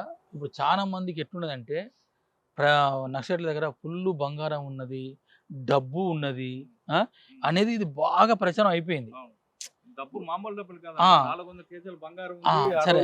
సరే నేను నా అనుభవం చెప్తున్నా. ఒకవేళ డబ్బు కోసమే పోతే, డబ్బే సంపాదించుకోవాలనుకుంటే 25 ఏళ్ళ గడ్డిగా అవసరం లేదా? గది పచ్చి పులుసు, చింత పులుసు, లేకపోతే గొడ్డుకారం అవసరం లేదు కదా. అది 5 ఏళ్ళలో 3 ఏళ్ళలో కూడా సంపాదించుకొని రావచ్చు కదా. అది కాదు, డబ్బు ఉంటది మనకు, బ్యాంక్ అకౌంట్లు ఉండయి, మనకు ఆధార్ కార్డు ఉండదు, ఇంకేముండదు. కాబట్టి మనం ఏం చేస్తాం, తెచ్చిన డబ్బు మనం డంపే పెడతాం, భూమిలో పెడతాం, ఆ డబ్బాలలో పెడతాం. అవి కూడా లెక్కలు ఉంటాయి. ఏ కంట్రాక్టర్ దగ్గర పేరేం రాయం, కంట్రాక్టర్ దగ్గర గిన్ని లక్షలు వసూలు చేసినాం, పలాని బాన్స్ కట్టాయి, ఎదురు వాళ్ళ దగ్గర ఇన్ని డబ్బులు వసూలు చేసినాం, పలాని దగ్గర ఇన్ని డబ్బులు ఉన్నాయి, ఇవి ఖర్చు పెట్టి ఇవి ఉన్నాయని ఈ లెక్కలతో పాటుగా బరాబర్ ఉంటాయి. ప్రభుత్వాల డబ్బులు ప్రజలదే అయినా వాళ్ళు విచ్చలు పెడతానే ఉంటుంది, వాళ్ళ అక్రమాలు అన్ని మెయిన్ పాయింట్ అది. మా దగ్గర ఏంటంటే మీరు చెప్తే నమ్మండి, ఇది మీరు కాదన్నా, నేను ఖచ్చితంగా పార్టీ ప్రతి రూపాయి నేను అనుభవించి చెప్పిందా. నాయకుడైనా సభ్యుడైనా ఒకే రకంగా తిండి ఉంటుంది, ఇది ఖచ్చితంగా చెప్పదలుచుకున్నాను, ఎందుకు అనుభవించిన కాబట్టి. డ్రైవర్స్ 3 సంవత్సరానికి, బనియన్స్ 3, నెలకు ఒక 2 సబ్బును, ఒక లైబాయ్ కూడా ఒక ముక్క, 6 నెలలకు ఒక దువ్వెనే, అద్దం బలుపు అద్దం, ఒక లుంగి, ఒక ఆలివ్ గ్రీన్ డ్రెస్సులు 2. ఇవే ఈ మధ్యలో తినిగిపోతే చెప్పులు పోతే అవి 3 జతలు ఉంటాయి, 3 జతలు ఉంటాయి. అవి 2 జతలు బూట్లు ఉంటాయి, 1 జత అంతేనమ్మా. అంతే. అంటే ఇక ఈ డ్రెస్సులు ఉంటాయి, సమస్యలు ఉంటాయి. అంత కష్టతరంగా జీవించిన కూడా వాళ్ళ ఎంజాయ్ బతుకని ఇదంతా కొంతమంది వాదిస్తారు, అది వాళ్ళకి వదిలిపెడదాం. కానీ అది కొంతమంది అజ్ఞానం ఉంటుంది. మీరు పార్టీ నుంచి వచ్చినప్పుడు మీ చేతి కూడా వాచి కూడా ఇచ్చి వచ్చిన వాళ్ళు చూసారండి. అవునవును, తుపాకీలు ఇవ్వడం కాదు, వాచి కూడా ఇస్తారు. అవునవును. ఎందుకు? అది ప్రజలది ఇచ్చి రావాలి. మరి కొంతమంది తుపాకులు తీసుకొచ్చి అధికారం వాళ్ళు ఏమనుకున్నారో, వాళ్ళ పార్టీకి ద్రోహం చేయాలనుకున్నారో, అది అమ్ముకోవాలనుకున్నారో వాళ్ళు తెచ్చుకుంటారు. మనం పార్టీకి ద్రోహం చేయొద్దు అన్నోళ్ళు అన్ని ఇచ్చే వస్తారు. అన్న ఒకటి ఇప్పుడు ఏంటంటే సరే, మన దాని గురించి వెళ్ళే ముందు. మేము వచ్చిన సిచ్యువేషన్ వేరు. ఇప్పుడు చాలా క్రిటికల్ ఒక పొజిషన్లో పార్టీ ఉంది కాబట్టి మరి ప్రభుత్వాలు తుపాకులతో వస్తేనే సరెండర్కి ఏమైనా ఛాన్స్ ఇస్తామని ఒక నిబంధన పెట్టవచ్చు. ఆ నిబంధనల భాగంగా వీళ్ళు తుపాకులు పట్టుకొని రావచ్చు. సరే, మనం ఒకసారి వెనక్కి వెళ్దాం హిడ్మా గురించి. Okay okay. హిడ్మాకి మీకున్న దీని బంధంలో ఆయన చేసిన మంచి ఆపరేషన్ చెప్పండి. బా ఇంత టాలెంట్ ఉందా ఇల్లు అని. ఆయన చేసిన ఆపరేషన్ అంటే అంతే మనం దేశవ్యాప్తంగానే ఒక ఆందోళన సృష్టించింది. 76 మంది సిఆర్పిఎఫ్ ముకురం. అది 3 గంటల పోరాటం. 3 గంటలు అంటే 3 రోజుల ముందు 30 రోజుల ముందు ప్లాన్ వేసారా? అది 15 రోజుల ముందు అది ప్లానింగ్. 15 రోజుల ముందు అది ప్లానింగ్. ఈయనే సొంత కమాండర్, ఈయనే ఆపరేటర్ అంతా ఈయనే మీద వేసుకొని చేసిండు. మళ్ళీ అది ఎట్లా జరిగిందంటే మైన్స్ ఎక్కడ పెట్టాలి ప్లానింగ్ అంతా జరిగింది. 2 రోజులు ఉన్నారు వీళ్ళు. ఒక 1/2 కిలోమీటరు పడుకోనికి వెళ్తారు అన్నట్టు ఎవరు వీళ్ళు మొత్తం ఈ బలగాలంతా. అంటే పిఎల్జే బలగాలంతా అక్కడ నైట్ ఉండేది ఒక 5 ఉంటారు. నైట్ అందరు ఉండరు, ఎందుకంటే రెస్ట్ తీసుకోవాలి కాబట్టి. నైట్ మళ్ళా మనం చేసే యుద్ధం అంతా పగలే కదా, నైట్ యుద్ధం వేరే ఉంటుంది. మళ్ళీ పగలు నైట్ చేసే యుద్ధాలలో పగలు యుద్ధం ఎక్కువ చేస్తాం, నైట్ చాలా తక్కువ. ఆ చేయాలని కూడా చాలా చాకచక్యం కావాలి. అది ఆ నైట్ యుద్ధంలో అది వేరే సందర్భం వచ్చినప్పుడు చెప్పొచ్చు. కానీ ఇప్పుడు 6 గంటల వరకు 5 గంటలకు ఉంటాం అంటే సైట్లో ఆంబుష్లో. తర్వాత ఒక 5 నుంచి వెళ్ళిపోయి వీళ్ళకి అన్నం నీళ్ళంతా సెటిల్ చేసి వెళ్ళిపోతాం. తెల్లారగట్ల 4 గంటలకు 5 గంటలకు పోలీసు బలగాలు మొత్తం ఈ వీళ్ళు ఎట్లా సెట్ చేసారో అంటే ఆంబుష్ సెట్ చేసిన దాంట్లోకి వెళ్ళిపోతారు. వెళ్ళిపోతా అంటే ఇడుమాలు లేడాడ వేరే 1/2 కిలోమీటర్ దూరంలో నీళ్ళ రే ఉంటుంది కదా, అక్కడ ఉన్నారు. ఈ ఉన్న 5 ఏం చేయాలి, పోలీసులు వెళ్ళిపోతారు, చాలా మంది ఉన్నారు, మరి ఏం చేయాలని చెప్పి ఇడుమాలకి ఫోన్ చేసిండు. అంటే ఫోన్ అంటే సెట్లో చెప్పారు. ఆ సెట్ మరి పోలీసులు ట్రాక్ చేయరా?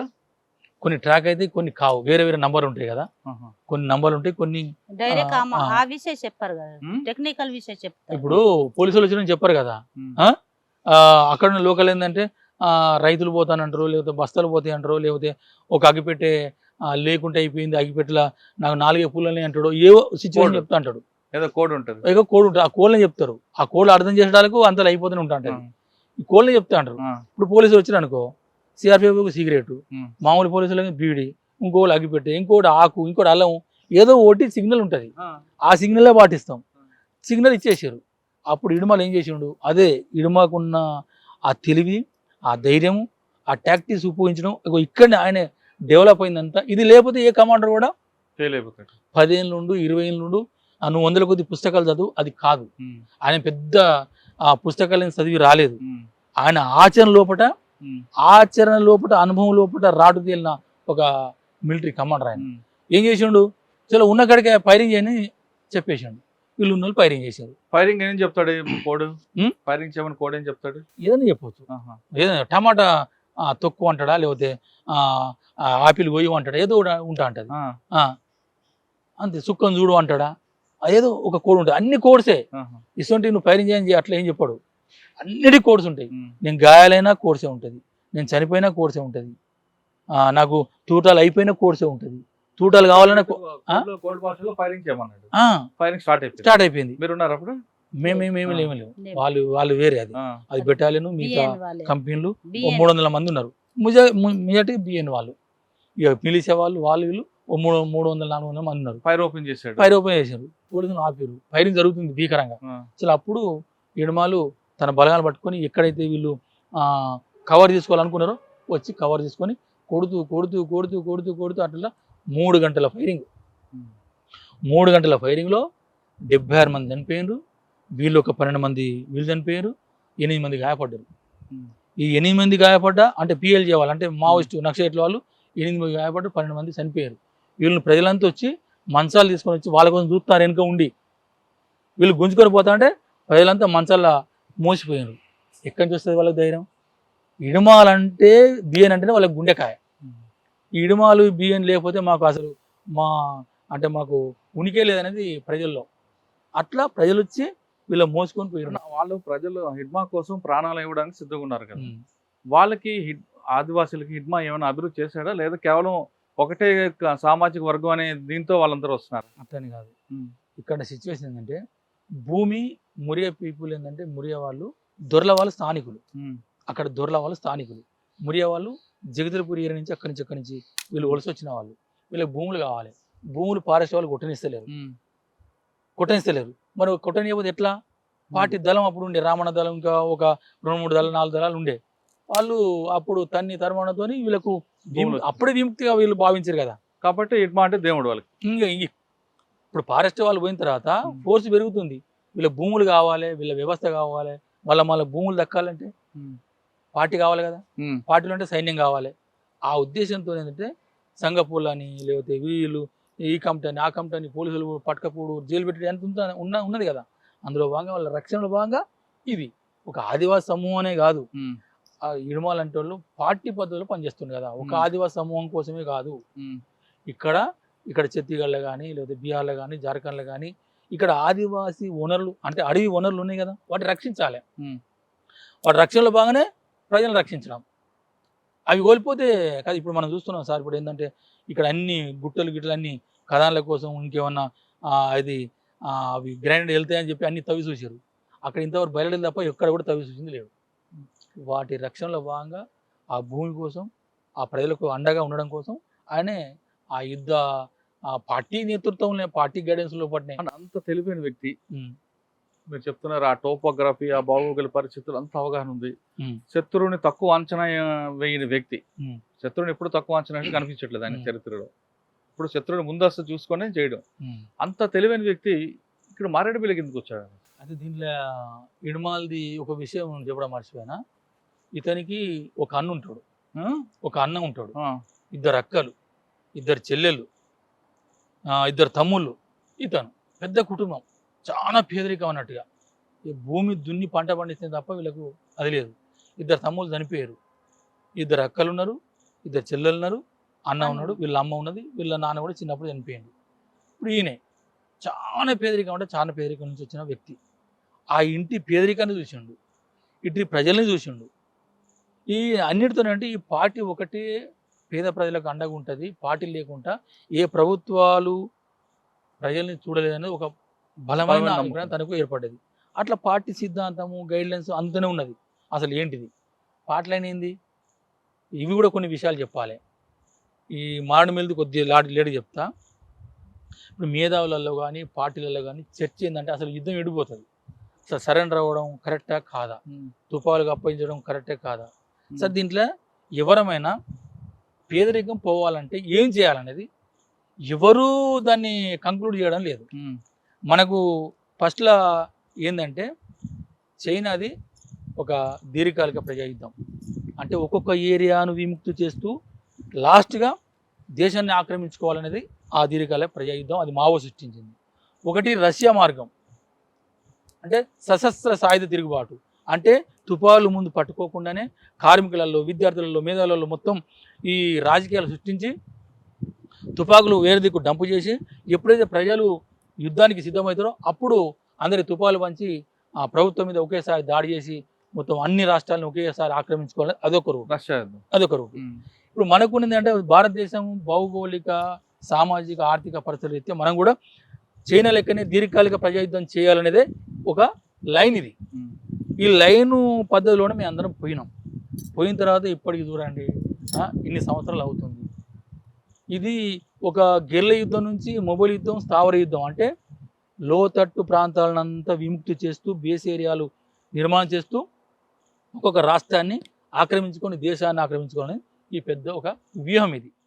ఈ వ్యూహంలో భాగంగా దండకరణకు ఇక్కడ శత్రువు అంటే పోలీసులు తక్కువ ఉంటారు కాబట్టి, ప్రజలు సామాజిక పరంగా వెనుకబడి ఉంటారు కాబట్టి, అక్కడ పార్టీ అంటే బాగా విశ్వాసంగా కొట్లాడతారు కాబట్టి, దాని సపోర్ట్గా అడివి ఉంది కాబట్టి, గుట్టలనే కాబట్టి అక్కడి నుంచి స్టార్ట్ చేద్దామని చెప్పి కొండపల్లి సీతారాం ఏం చేసినంటే ఇంత తెలంగాణలో మైదాన ప్రాంతంలో నిర్బంధం ఉంటే తట్టుకోలేమని దాంతో ముందు చూపుతోనే 1980లో ఒక 7 దళాలని ఆదిలాబాదు, తూర్పుగోదావరి, గడ్చిరోలి, బస్తర్కు దళాలని పంపిండు. అది ఇప్పటి వరకు డెవలప్ అయింది. అది ఇంకా దీంట్లో ఏంటంటే ఇప్పుడు యుద్ధం తీవ్రతమైన తర్వాత ఈ లైన్ కరెక్ట్ కాదు, ఇది కరెక్ట్ కాదు వాదించడమే తప్ప మరి ఏది కరెక్ట్. కొంత మా దాంట్లోనో ఇది అర్ధవలస అర్ధపు సమాజం కాదు, ఇది డెవలప్ అయింది పెట్టుబడి సమాజం. మరి మేము పెట్టుబడిదారు సమాజంలో ఎలాంటి యుద్ధం చేయాలి, ఎలాంటి పోరాటం చేయాలి, ఎవరి తేల్చి చెప్పడం లేని పరిస్థితిలో ఉన్నాం. ఇప్పుడు మాలాంటి వాళ్ళం కూడా అసలు ఈ లైన్ ఏంది. ఇప్పుడు కొందరు సూచన ఏంటంటే ఇప్పుడు తుపాకులతో కాదు, ఎలక్షన్లు నిలబడాలి, ఎలక్షన్లతోనే మనం పోవాలి. అదే ప్రజాస్వామ్యబద్ధంగా అంటే ఇప్పుడు ఎలక్షన్లో భాగంగా పోవాలన్నప్పుడు ఎట్లా మరి ఇది కూడా సందిగ్ధం ఉంది. మరి సిపిఐ సిపిఎం వీళ్ళంతా పోయి ఎలక్షన్ నుంచి చేస్తారు కదా, మరి ఎందుకు వస్తలేదు, ప్రజలు ఎందుకు నమ్ముతలేరు? ఇది ఇట్లా వస్తలేదు. ఇప్పుడు దీర్ఘకాల ప్రయుద్ధం అని పోతే అట్లా విప్లవం విజయవంతం కష్టం ఉన్నది. ఈ సందిగ్ధంలో నాకు తెలిసి మేధావులు అట్లే ఉన్నారు, పార్టీ అట్లే ఉంది, మాలాంటి వాళ్ళు కూడా మధ్యలో పార్టీని ఒలిపించి ఉన్న వాళ్ళు కూడా అసలు లైన్ ఏంది? పేద ప్రజల్ని మనం ప్రజాస్వామ్యబద్ధంగా మనం ఎదించుకోవాలి, రావాలి, ప్రజాస్వామ్యం రావాలి, దున్యవానికి భూమి కావాలి, అందరు సమానం బతకాలంటే ఏ రూట్లో పోవాలి? అంటే ఇప్పుడున్న పరిస్థితులకు అనుగుణంగా పార్టీ లైన్ కాదన్నది కదా ప్రధాన వాదన. ఇప్పుడు అదే ఇప్పుడు సమాజంలో మార్పులు వచ్చాయి. ఇప్పుడు ఇన్నాళ్ళు మీకు సామాజిక స్పృహ ఉంది కాబట్టి మీ లాంటి వాళ్ళందరూ త్యాగాలు చేసి వెళ్ళారు. ఇప్పుడు సామాజిక స్పృహ తగ్గిపోయింది యువతలో. వాళ్ళు ఎంతసేపు సెల్ ఫోన్కే ఎక్కువ ఆధారపడుతుంది తప్ప నా పక్కింటికి ఏమైంది, నా అమ్మకి ఏమైంది అనే విషయం కూడా అవసరం లేదు. మనకు దానికి అనుగుణంగా మనం వెళ్ళాలి తప్ప మనం అనుకున్న లైన్లోనే ఉండబట్టే ఈ పార్టీ ప్రజలు దూరమైందని మీరు నాకు చెప్తున్నట్లుగా దండకారణ్యం అదే మనకి పెద్ద సామ్రాజ్యం, మనకు శత్రువులు మన దగ్గర రారు అని భావించబట్టే కదా పార్టీ మీకు నష్టం జరిగింది. అయితే దీనిలో బాగుందంటే ఇది భారతదేశము అర్ధవలస అర్ధభూ సమాజం కాదని కూడా పెట్టుబడి సమాజం అనుకుందాం. పెట్టుబడి సమాజంలో ఏ ఎత్తుగడలు తీసుకోవాలి, భయపడి ఎట్లా చేయాలి అది రాయని, అది మేధావులు.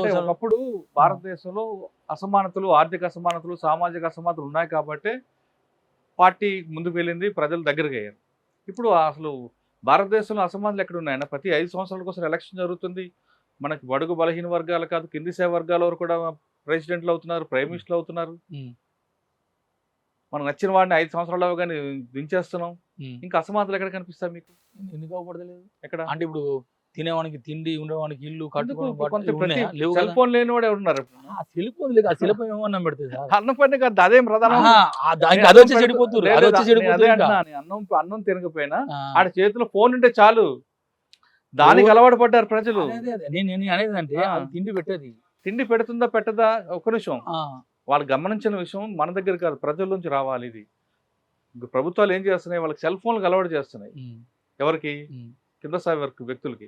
వాడు అదే ప్రపంచం అనుకుంటున్నాడు. కానీ నన్ను ఒక విధంగా వంచన చేస్తున్న విషయాన్ని గుర్తించాలి. ఎలక్షన్ లో ఓట్లు కూడా అమ్ముకునేది ఇదే వస్తుంది. ఇక్కడ నా డబ్బు మన డబ్బు ఎందుకు ఇవ్వడం అంటున్నాడు. కాదు, మన డబ్బే మనకి ఇస్తున్నాడు. మనకిచ్చేది వ్యాపారంగా మారుతుంది రాజకీయం.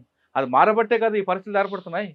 ఇప్పుడు మీకు ఒక సెల్ ఫోన్ ఉందంటే చాలండి. తిండి మీరు అన్నా కింద అన్నారు, తిండి మనకు అన్యాయం చేస్తున్నారనే విషయాన్ని ఎవరికి అవసరం లేదు. నా చేతిలో మొబైల్ ఫోన్ ఇచ్చి దానికి ఒక సిమ్ వేయించి ఆ సిమ్లో ఒక రీఛార్జ్ చేసి చాలు, నీది ఇదే ప్రపంచం అనుకుంటున్నా. ఆ తరహా ప్రజలు కొంతమంది ఉండబట్టే పార్టీకి ప్రజలు దూరం అవుతుంది అనేది కొంతమంది వాదన. ఇది ఒకటి.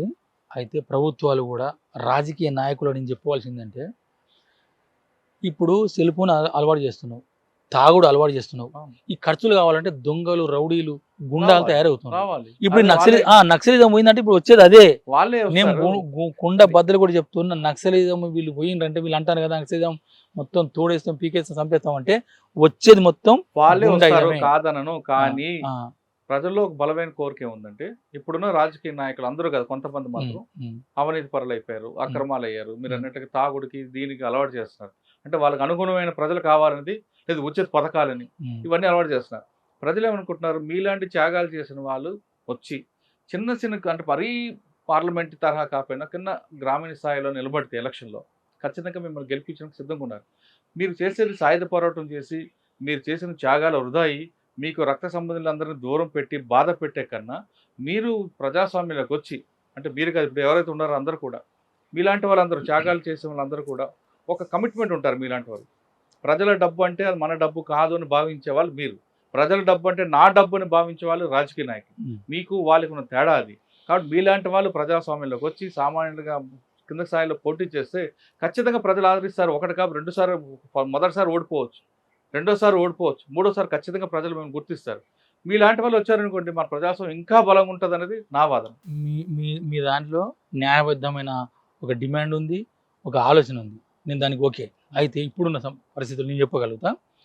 ఇప్పుడు నేను సర్పంచ్ ఎలక్షన్లు వస్తున్నాను, నన్ను ఎన్నుకోవాలి. ప్రజలు నువ్వు అన్నట్టుగా నీతి నియమాలు చూస్తలేదు సార్, డబ్బులు చూస్తలేరు. ఎందుకంటే 10 లక్షలు తయారు చేసుకో, 15 అయితే కావచ్చు. ఇప్పుడు వీళ్ళను డబ్బులు నేను సంపాదించుకొని అప్పు తెచ్చుకొని వీళ్ళని కొని దండం పెట్టి కాలు మొక్కి నేను ఇప్పుడు సర్పంచ్ వచ్చాయి నేను ఏం చేయాలి, మళ్ళీ నేను డబ్బు సంపాదించుకోవాలి కదా. అవును, వ్యవస్థ మీరు అంతా ఇట్లే డబ్బులు మారింది. ఇవ్వకుండా నిలబడండి. ఒకసారి గెలవరు, ఉమ్. 2 సార్లు గెలవరు, ఉమ్. 3వ సారి ఖచ్చితంగా గెలుస్తారు. మీరన్న ఇప్పుడు point మీరు లో, అదే ఆ, ప్రజలు డబ్బులు ఇచ్చి ఆ. ఓట్లు ఇచ్చుకోవడం కన్నా ఆ, వీళ్ళని మళ్ళీ అడుక్కోవాలని మీరు అంటున్నారు. ఈ ప్రజల మార్పు ఎలా ఉందంటే, మీరు ఇంత త్యాగాలు చేశారు, 20 సంవత్సరాలు కుటుంబాల దూరంగా ఉండి మీ ఆరోగ్యాలు పాడు చేసి ఉమ్. అదేమైనా గుర్తిస్తారనుకుంటున్నారు ప్రజలు?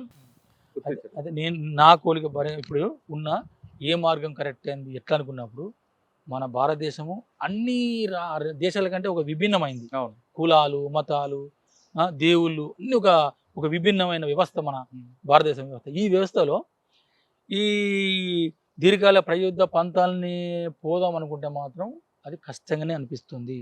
మీరన్నట్టుగా మేము కొంతమంది మా మాజీలను చర్చించుకుంటాం, అసలు లైన్ ఇట్లా ఏంది, ఇప్పుడు మేము దిగజారిపోయి దీనంగా మేము బతకలేము, మా కష్టాల మీద మేము బతుకుతున్నాం, మేము కొంతమంది ఉన్నాం అంటే న్యాయబద్ధంగా బతకాలనేది మా కోరిక ఇప్పటి కూడా ఇంకెప్పటికి కూడా. అవును. మేము అక్రమాలకు దందాలకు మేము అది మీకు రమ్మన రాదు, రాదు. అందులోంచి వచ్చారు కాబట్టి. సార్ ఇప్పుడు ఒకటి ఏంటంటే మేము అనుకుంది ఏంటంటే ఉమ్, ఇందులో కమ్యూనిస్ట్ పార్టీలు ఉన్నాయి కదా సార్, ఆ, కమ్యూనిస్ట్ పార్టీలు చాలానే ఉన్నాయి. ఉమ్, వారు ఏం చేయాలంటే ఉమ్. ఇప్పుడు కొంతమంది మా కొంతమంది సోదరులు మార్ల సోదరులు కూడా తుపాకులు వదిలిపెట్టి ఆ మార్గం కరెక్ట్ కాదు అని వస్తారు కదా, వాళ్ళు వీళ్ళు అందరూ ఎవరైతే ఉన్నారో ఒక పార్టీని కొత్త పార్టీగా సృష్టించి ఆ కొత్త పార్టీగా పెట్టి దానికి ఒక ఎజెండా, దానికి ఒక ప్రణాళిక, అన్ని నియమాలు చేసి నిస్వార్థ పరులనే ప్రజలు ఆలోచిస్తారు. మొదటిసారి ఓడిపో నేను ఎలా అంటున్నా, మరి మేమేం చేయాలంటే మేము మా స్వార్థపూరిత ప్రయోజనాన్ని వదులుకోవాలి ఇలా పని చేయాలంటే. అంటే ఇప్పుడు సిపిఐ అంటే బీజేపీ కానీ కాంగ్రెస్ కానీ మిగతా పార్టీల కంటే ఒక విభిన్నమైన పార్టీ తయారు కావాలి. అవ్వాలి. ఇప్పుడు నేను ఉన్నాను అనుకో, నాకు 4 కోట్లు 5 కోట్లు 4 బిల్డింగ్ ఉన్నాయి అనుకో, నేను కొంతమంది ప్రజలు పంచాలి, నాకు ఎంత అవసరమో గంతే ఉంచుకోవాలి. ఉంచుకొని నేను ఈ పార్టీలోకి నేను పోయిన అనుకో, అందరు అట్లా వచ్చారు అనుకో, పార్టీని ప్రజలు నమ్ముతారు, మనల్ని అందరిని ఎన్నుకుంటారు. ప్రజా సంబంధించిన ప్రభుత్వం నుంచి వచ్చి ఏవైతే మనం చేయాలనుకుంటామో అవి నిరూపించగలుగుతాం. కానీ ఇప్పుడు అవన్నీ జరిగేవి కావు. దాని మీద చర్చ పెట్టాలంటే మనకు ఇంకో 2-3 గంటలు సరిపోద్ది. ఇప్పుడు సమయం తక్కువ ఉంది. లాస్ట్ ఏంటంటే ఇప్పుడు నేను తను రిటర్న్ పంపిన కదా నువ్వు పని చేయలేవని ఆయన. నేను బెటాలియన్ 2లో ఉంటుంది, నేను battalion 2 commander, HZC member, military incharge కూడా, డైరెక్టర్ కూడా. ఇది చేస్తున్న క్రమంలో కూడా ఆయన దాడులు చాలా ఇన్స్పైర్గా ఉన్నాయి.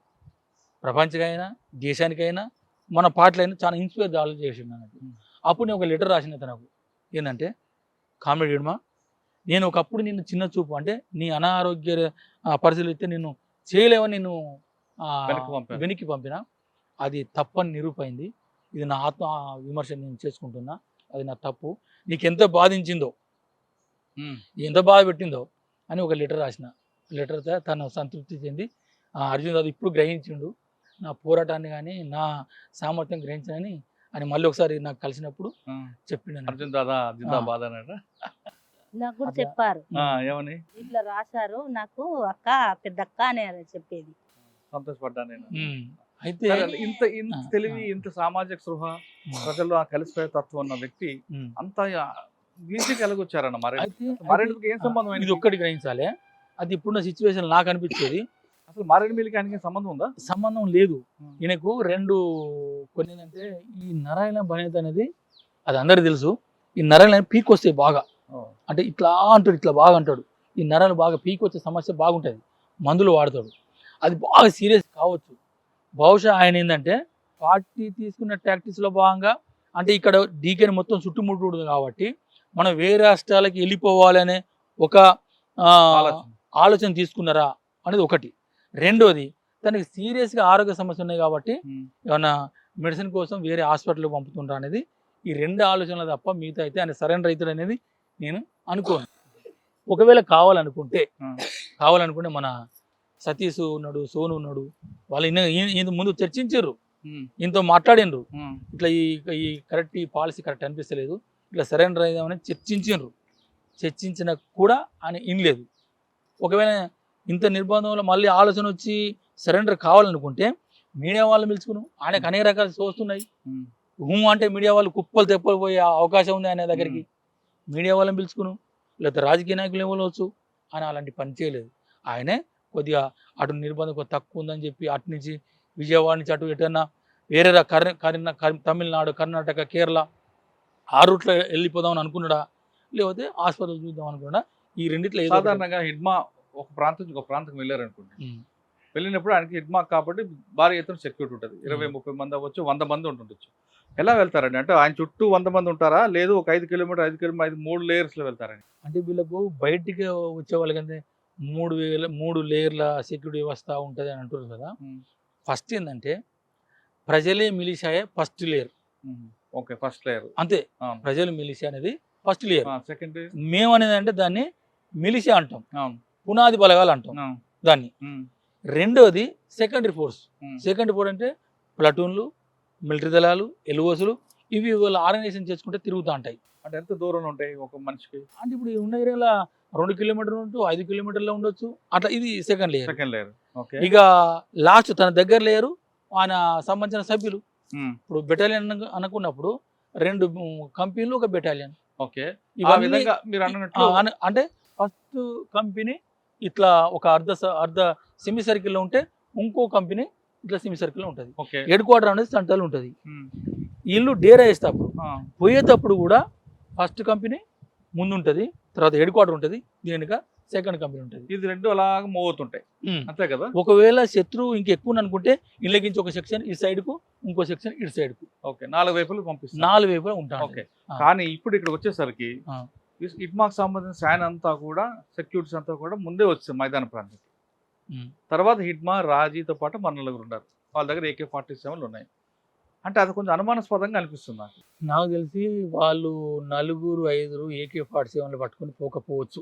వీళ్ళను సివిల్నే పట్టుకొని అంటే మీడియా చెప్పే ప్రకారం అక్కడ సిచ్యువేషన్ మాకు తెలియదు కాబట్టి వాళ్ళ దగ్గర తుపాకులు అయితే లేవు అనిపిస్తుంది. పార్టీ వాళ్ళు కూడా రాశారు కదా, మెడికల్ ట్రీట్మెంట్ కోసం పోతున్న క్రమంలో కూడా పట్టుకున్నట్టే రాశారు అక్కడ. అవును, మెడికల్ పట్టుకోవచ్చు అన్న, అది కాదు. మారేడుమిల్లి ఏరియాలో హిడ్మాతో పాటు సరిత అని దొరికారు. కానీ హిడ్మా కన్నా ముందు ఎవరు దొరకాలి? అదే ఇంట్లో బాగా ఆగండి. ఇప్పుడు వాళ్ళు చెప్పిన ప్రకారం ఏంటంటే దీనికన్నా ముందే ఎక్కువ శాతం ఇక్కడ చనిపోతాం కాబట్టి కొంతమందిని కూలీలుగా, లేబర్ ముందుగా పంపించాడు అనుకుందాం. ముందుగానే కొంతమందిని అక్కడ సెట్ చేయడం కోసం పంపించు అని ఒకటి అనుకుందాం. రెండో విషయం, హిడ్మా వెనక వాళ్ళు కూడా రావాలి కదా పార్టీ. పార్టీ ఎవరు? అందరు ఎందుకు వస్తారు? కొంతమందిని పంపాలనుకుని కొంతమంది పంపిస్తారు. మిగతా వాళ్ళు అక్కడ ఏరియాలో కొంతమంది ఉండాలి కదా. మొత్తం వాళ్ళు ఎక్కడ ఉన్నారు? ఇక వాళ్ళు బస్తాలనే ఉండొచ్చు అంతే. మొత్తం ఖాళీ చేయరు కదా. మీకైతే హిడ్మా మృతిపై అనుమానాలు ఉన్నాయి మీకేమన్నా? హిడ్మా మృతదేహం అంటే అది మారేడుమిల్ల అంతకుముందు 2-3 సార్లు ఆడ కాల్ చేసిండు. మన ఆయన గజర్ల రవిని కూడా అన్నీ చంపిండు. అది వాళ్ళకి అనుకునే ఏరియా ఎట్లావో అది తెలియదు కానీ సివిల్లోనే చంపిండు ఆయన. హిడ్మా ఎప్పుడైనా అటువైపు వచ్చారమ్మా మారేడుమిల్లి?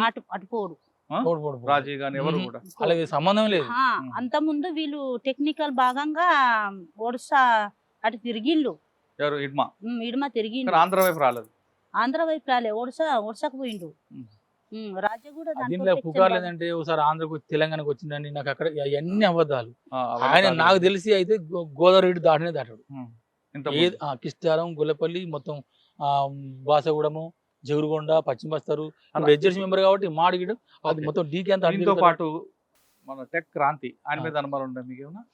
వాళ్ళు మాకు తెలియదు మరి, వాళ్ళు ఎట్లా పట్టుబడ్డారు ఎట్లా అనేది కొద్దిగా అది మాకు సందిగ్ధం ఉన్నది, ఎట్లా దొరికిన అనేది మాకు.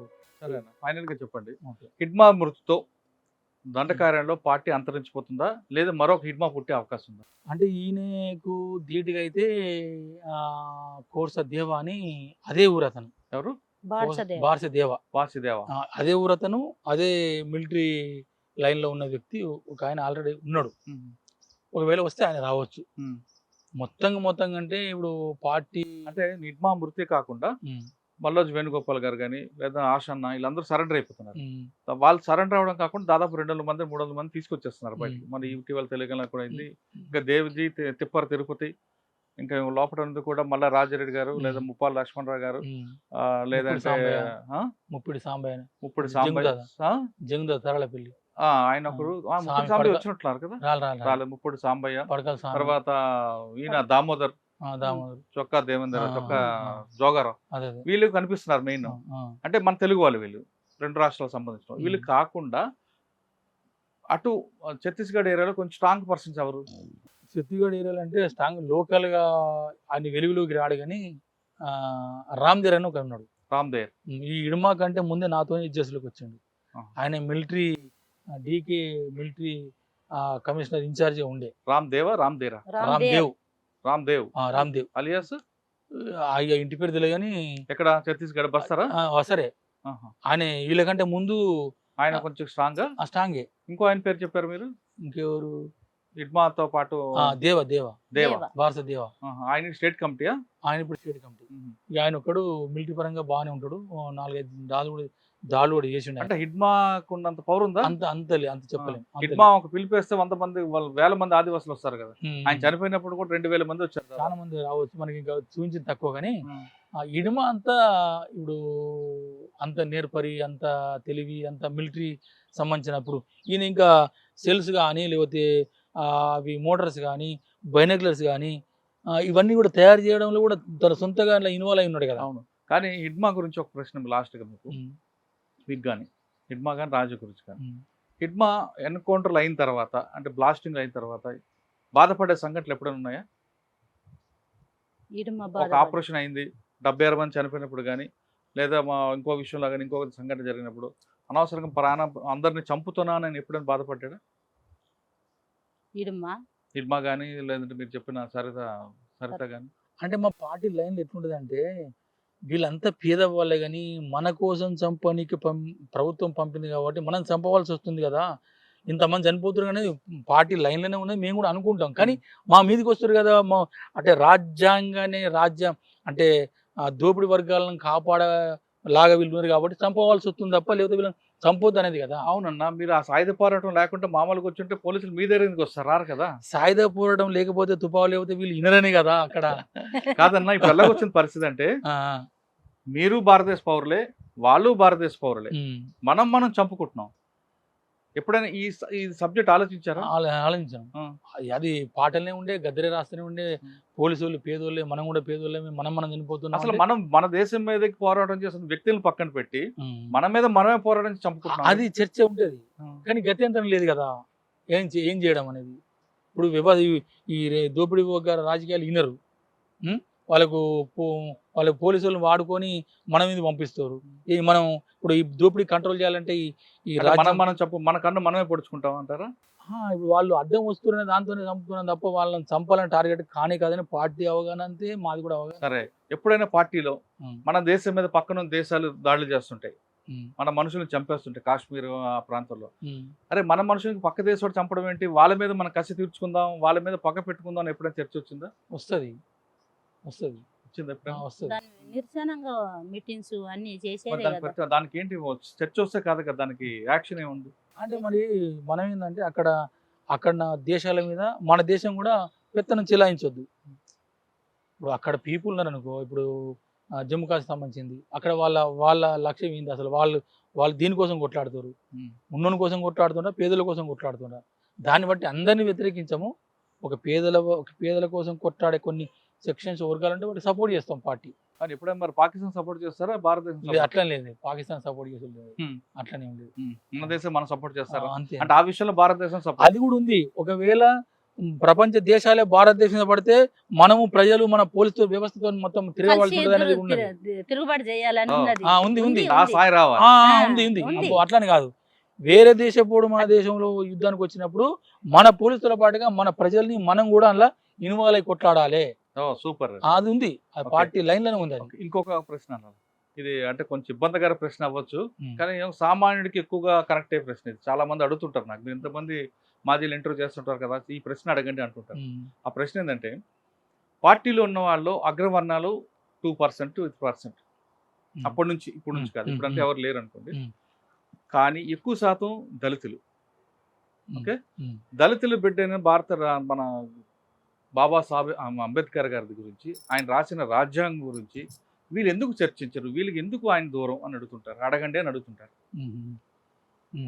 అంబేద్కర్ గురించి, అంబేద్కర్ గారు కదమ్మా అందరికి, దళితులకి మనందరికీ ఆయన ఆధారం, గురువు అంతే. మన రాజ్యాంగం రాసింది ఆయన దళితుడి బిడ్డ. ఆయన ఎన్నో అవమానాలు ఎదుర్కొని ఆ స్థాయికి వచ్చారు. అటువంటి ఆయనని పార్టీలో ఉన్న దళిత సభ్యులు ఎందుకు గౌరవించరు? ఆయన రాసిన రాజ్యాంగాన్ని ఎందుకు దాని మీద ప్రమాణం చేయరు అనేది అడుగుతుంటారు, అది- అడగమని అడుగుతున్నారు. దీంట్లో ఏంటంటే ఉమ్. ఈ రాజ్యాంగమే మొత్తంగా పేదలకు అనుగుణంగా లేదు అనేది దాని మొదటి పాయింట్. కానీ భారత రాజ్యాంగం అన్న అంబేద్కర్ ఆ. రాసింది ఎప్పుడు ఇవ్వాలి కదా, ఎప్పుడు కొన్ని అప్పుడే వందల సంవత్సరాల ముందు కోసం రాశారు ఆయన. దాంట్లో ఇంకా కొన్ని ఏంటంటే కొన్ని ధనికులకు అనుకూలంగానే కొన్ని ఉన్నాయి. అయితే మార్క్స్ కంటే ఉన్నతంగా లేదు. మార్క్స్ చెప్పిన సిద్ధాంతం ఏదైతే ఉన్నదో అదనం అంటే విలువ అనేది అంబేద్కర్ కన్నా మార్క్సిస్ట్ సిద్ధాంతం గొప్పదంటారు మీరు. గొప్పదనే పార్టీ లైన్. పార్టీ లైన్ కానీ ఎప్పుడైనా మీరు రాజ్యాంగం చదివారా? నేను చదవలే. మీరు చదివి ఉంటే ఖచ్చితంగా నేను అన్ని ప్రశ్నకు సమాధానం చెప్తాను. నేను చదవలే. ఆయన కొన్ని వందల సంవత్సరాల ముందు చూపు రాశారు ఆయన. అక్కడ పేదవాళ్ళ కోసం ఏం చేయాలి, మన దేశం ఎటు వెళ్ళాలనే విషయం రాశారు. మన రాజ్యాంగాన్ని కొన్ని దేశాలు తీసుకుంటున్నాయి కదా. అది అన్న ఇప్పుడు ఏంటంటే ఇప్పుడున్న పరిస్థితిలో ఆ రాజ్యాంగం సంబంధించిన అవి అమలు పరిచిన సగం విప్లవం విజయవంతమైందని నా భావన. ఉమ్. రాజ్యాంగంలో ఉన్న పాయింట్లు రాజ్యాంగం చట్టం ప్రకారం అది ఇంప్లిమెంట్ అయినా బాగానే ఉండే వ్యవస్థల అది కూడా జరుగుతలేవు కదా. దాని భిన్నంగా జరుగుతుంది కదా. ఆ. ఇప్పుడు చట్టాలని కోర్టు ఉన్నాయి, నేను చూస్తున్నా కదా.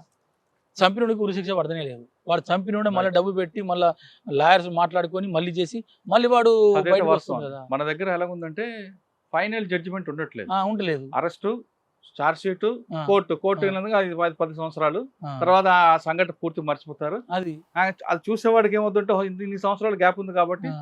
మనం ఏమైనా నేరం చేయొచ్చు ధైర్యం మనమే ఇస్తున్నాం. ఇప్పుడు ఉదాహరణ సార్, ఇప్పుడు ఇప్పుడు భూములు ఉన్నాయనుకో, భూములు రెవెన్యూ ఉమ్. దాని ఇంకా లూప్ హోల్స్ ఎట్లా ఉన్నాయని చెప్పి రెవెన్యూ దగ్గర పోయి కలెక్టర్ దగ్గర పోయి ఇది చేసి వాడు ఇన్ని వేల ఎకరాలు ఎట్లా పట్టా చేసుకుంటుండు. అవును. ఒక 4 సార్లు ఎట్లా పట్ట అవుతుంది.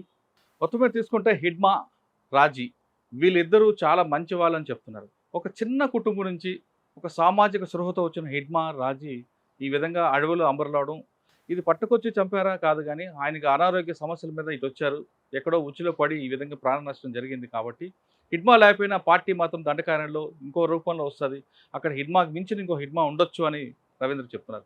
అన్నిటికన్నా ఇంపార్టెంట్, ప్రస్తుతం ఉన్న భారత రాజ్యాంగాన్ని పూర్తిగా చక్కగా అమలు చేసి ఇటువంటి సామాజిక అసమానతలు రావు, ఆర్థిక అసమానతలు ఉండవు. ఇక మరోవైపు ప్రజలు కూడా ఇంకా వేరే మార్గాలు వెళ్ళకుండా ఉండడానికి సిద్ధమవుతారంటూ అతను కూడా అభిప్రాయం చెప్తున్నారు. అన్నిటికన్నా మరొక ముఖ్యమైన విషయం, పార్టీలో ఉన్న తుపాకీ పట్టుకున్న భారతదేశం మీదకి వేరే దేశాలు దండయాత్ర చేస్తే ఖచ్చితంగా పోలీసులతో కలిసి ప్రజలను కలిసి ఆ దేశం మీద దండయాత్ర చేయడానికి కూడా మేము వెనకంజం వేయమంటూ మావోయిస్టుకి సంబంధించిన మాజీ నాయకుడు రవీందర్ గారు అలియాస్ అర్జున్ దాదా అలియాస్ దేవక్క చెప్తున్నారు. ఇది హిడ్మా ఎన్కౌంటర్పై వీళ్ళ అభిప్రాయం. మరో అంశంలో మళ్ళీ కలుద్దాం. అంతవరకు నమస్తే. థ్యాంక్ యూ అక్క. Thank you. నమస్కారం సార్, ప్రజలందరికీ నమస్కారం. And for more videos, Please subscribe to iDream. Please subscribe to iDream. Please subscribe iDream. And please subscribe to iDream. For more videos, subscribe to iDream. please like, share and subscribe to the channel. Congratulations, iDream.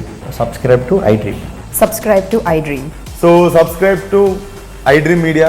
iDream team అందరికి huge congratulations. Please subscribe iDream Media. Please subscribe to iDream. Subscribe iDream. Please subscribe to iDream. iDream అంటే నా కళల ఛానల్ను subscribe చేసుకున్న నోరు తిరుగుతలేదు, మీరైతే గంట గుర్తు కొట్టండి. For more such videos, please subscribe to iDream. Subscribe to iDream. Please subscribe to iDream. Please subscribe iDream Media. Please do subscribe to iDream. Please subscribe to iDream Media. For best entertainment and information, please subscribe iDream. And don't forget to subscribe to iDream.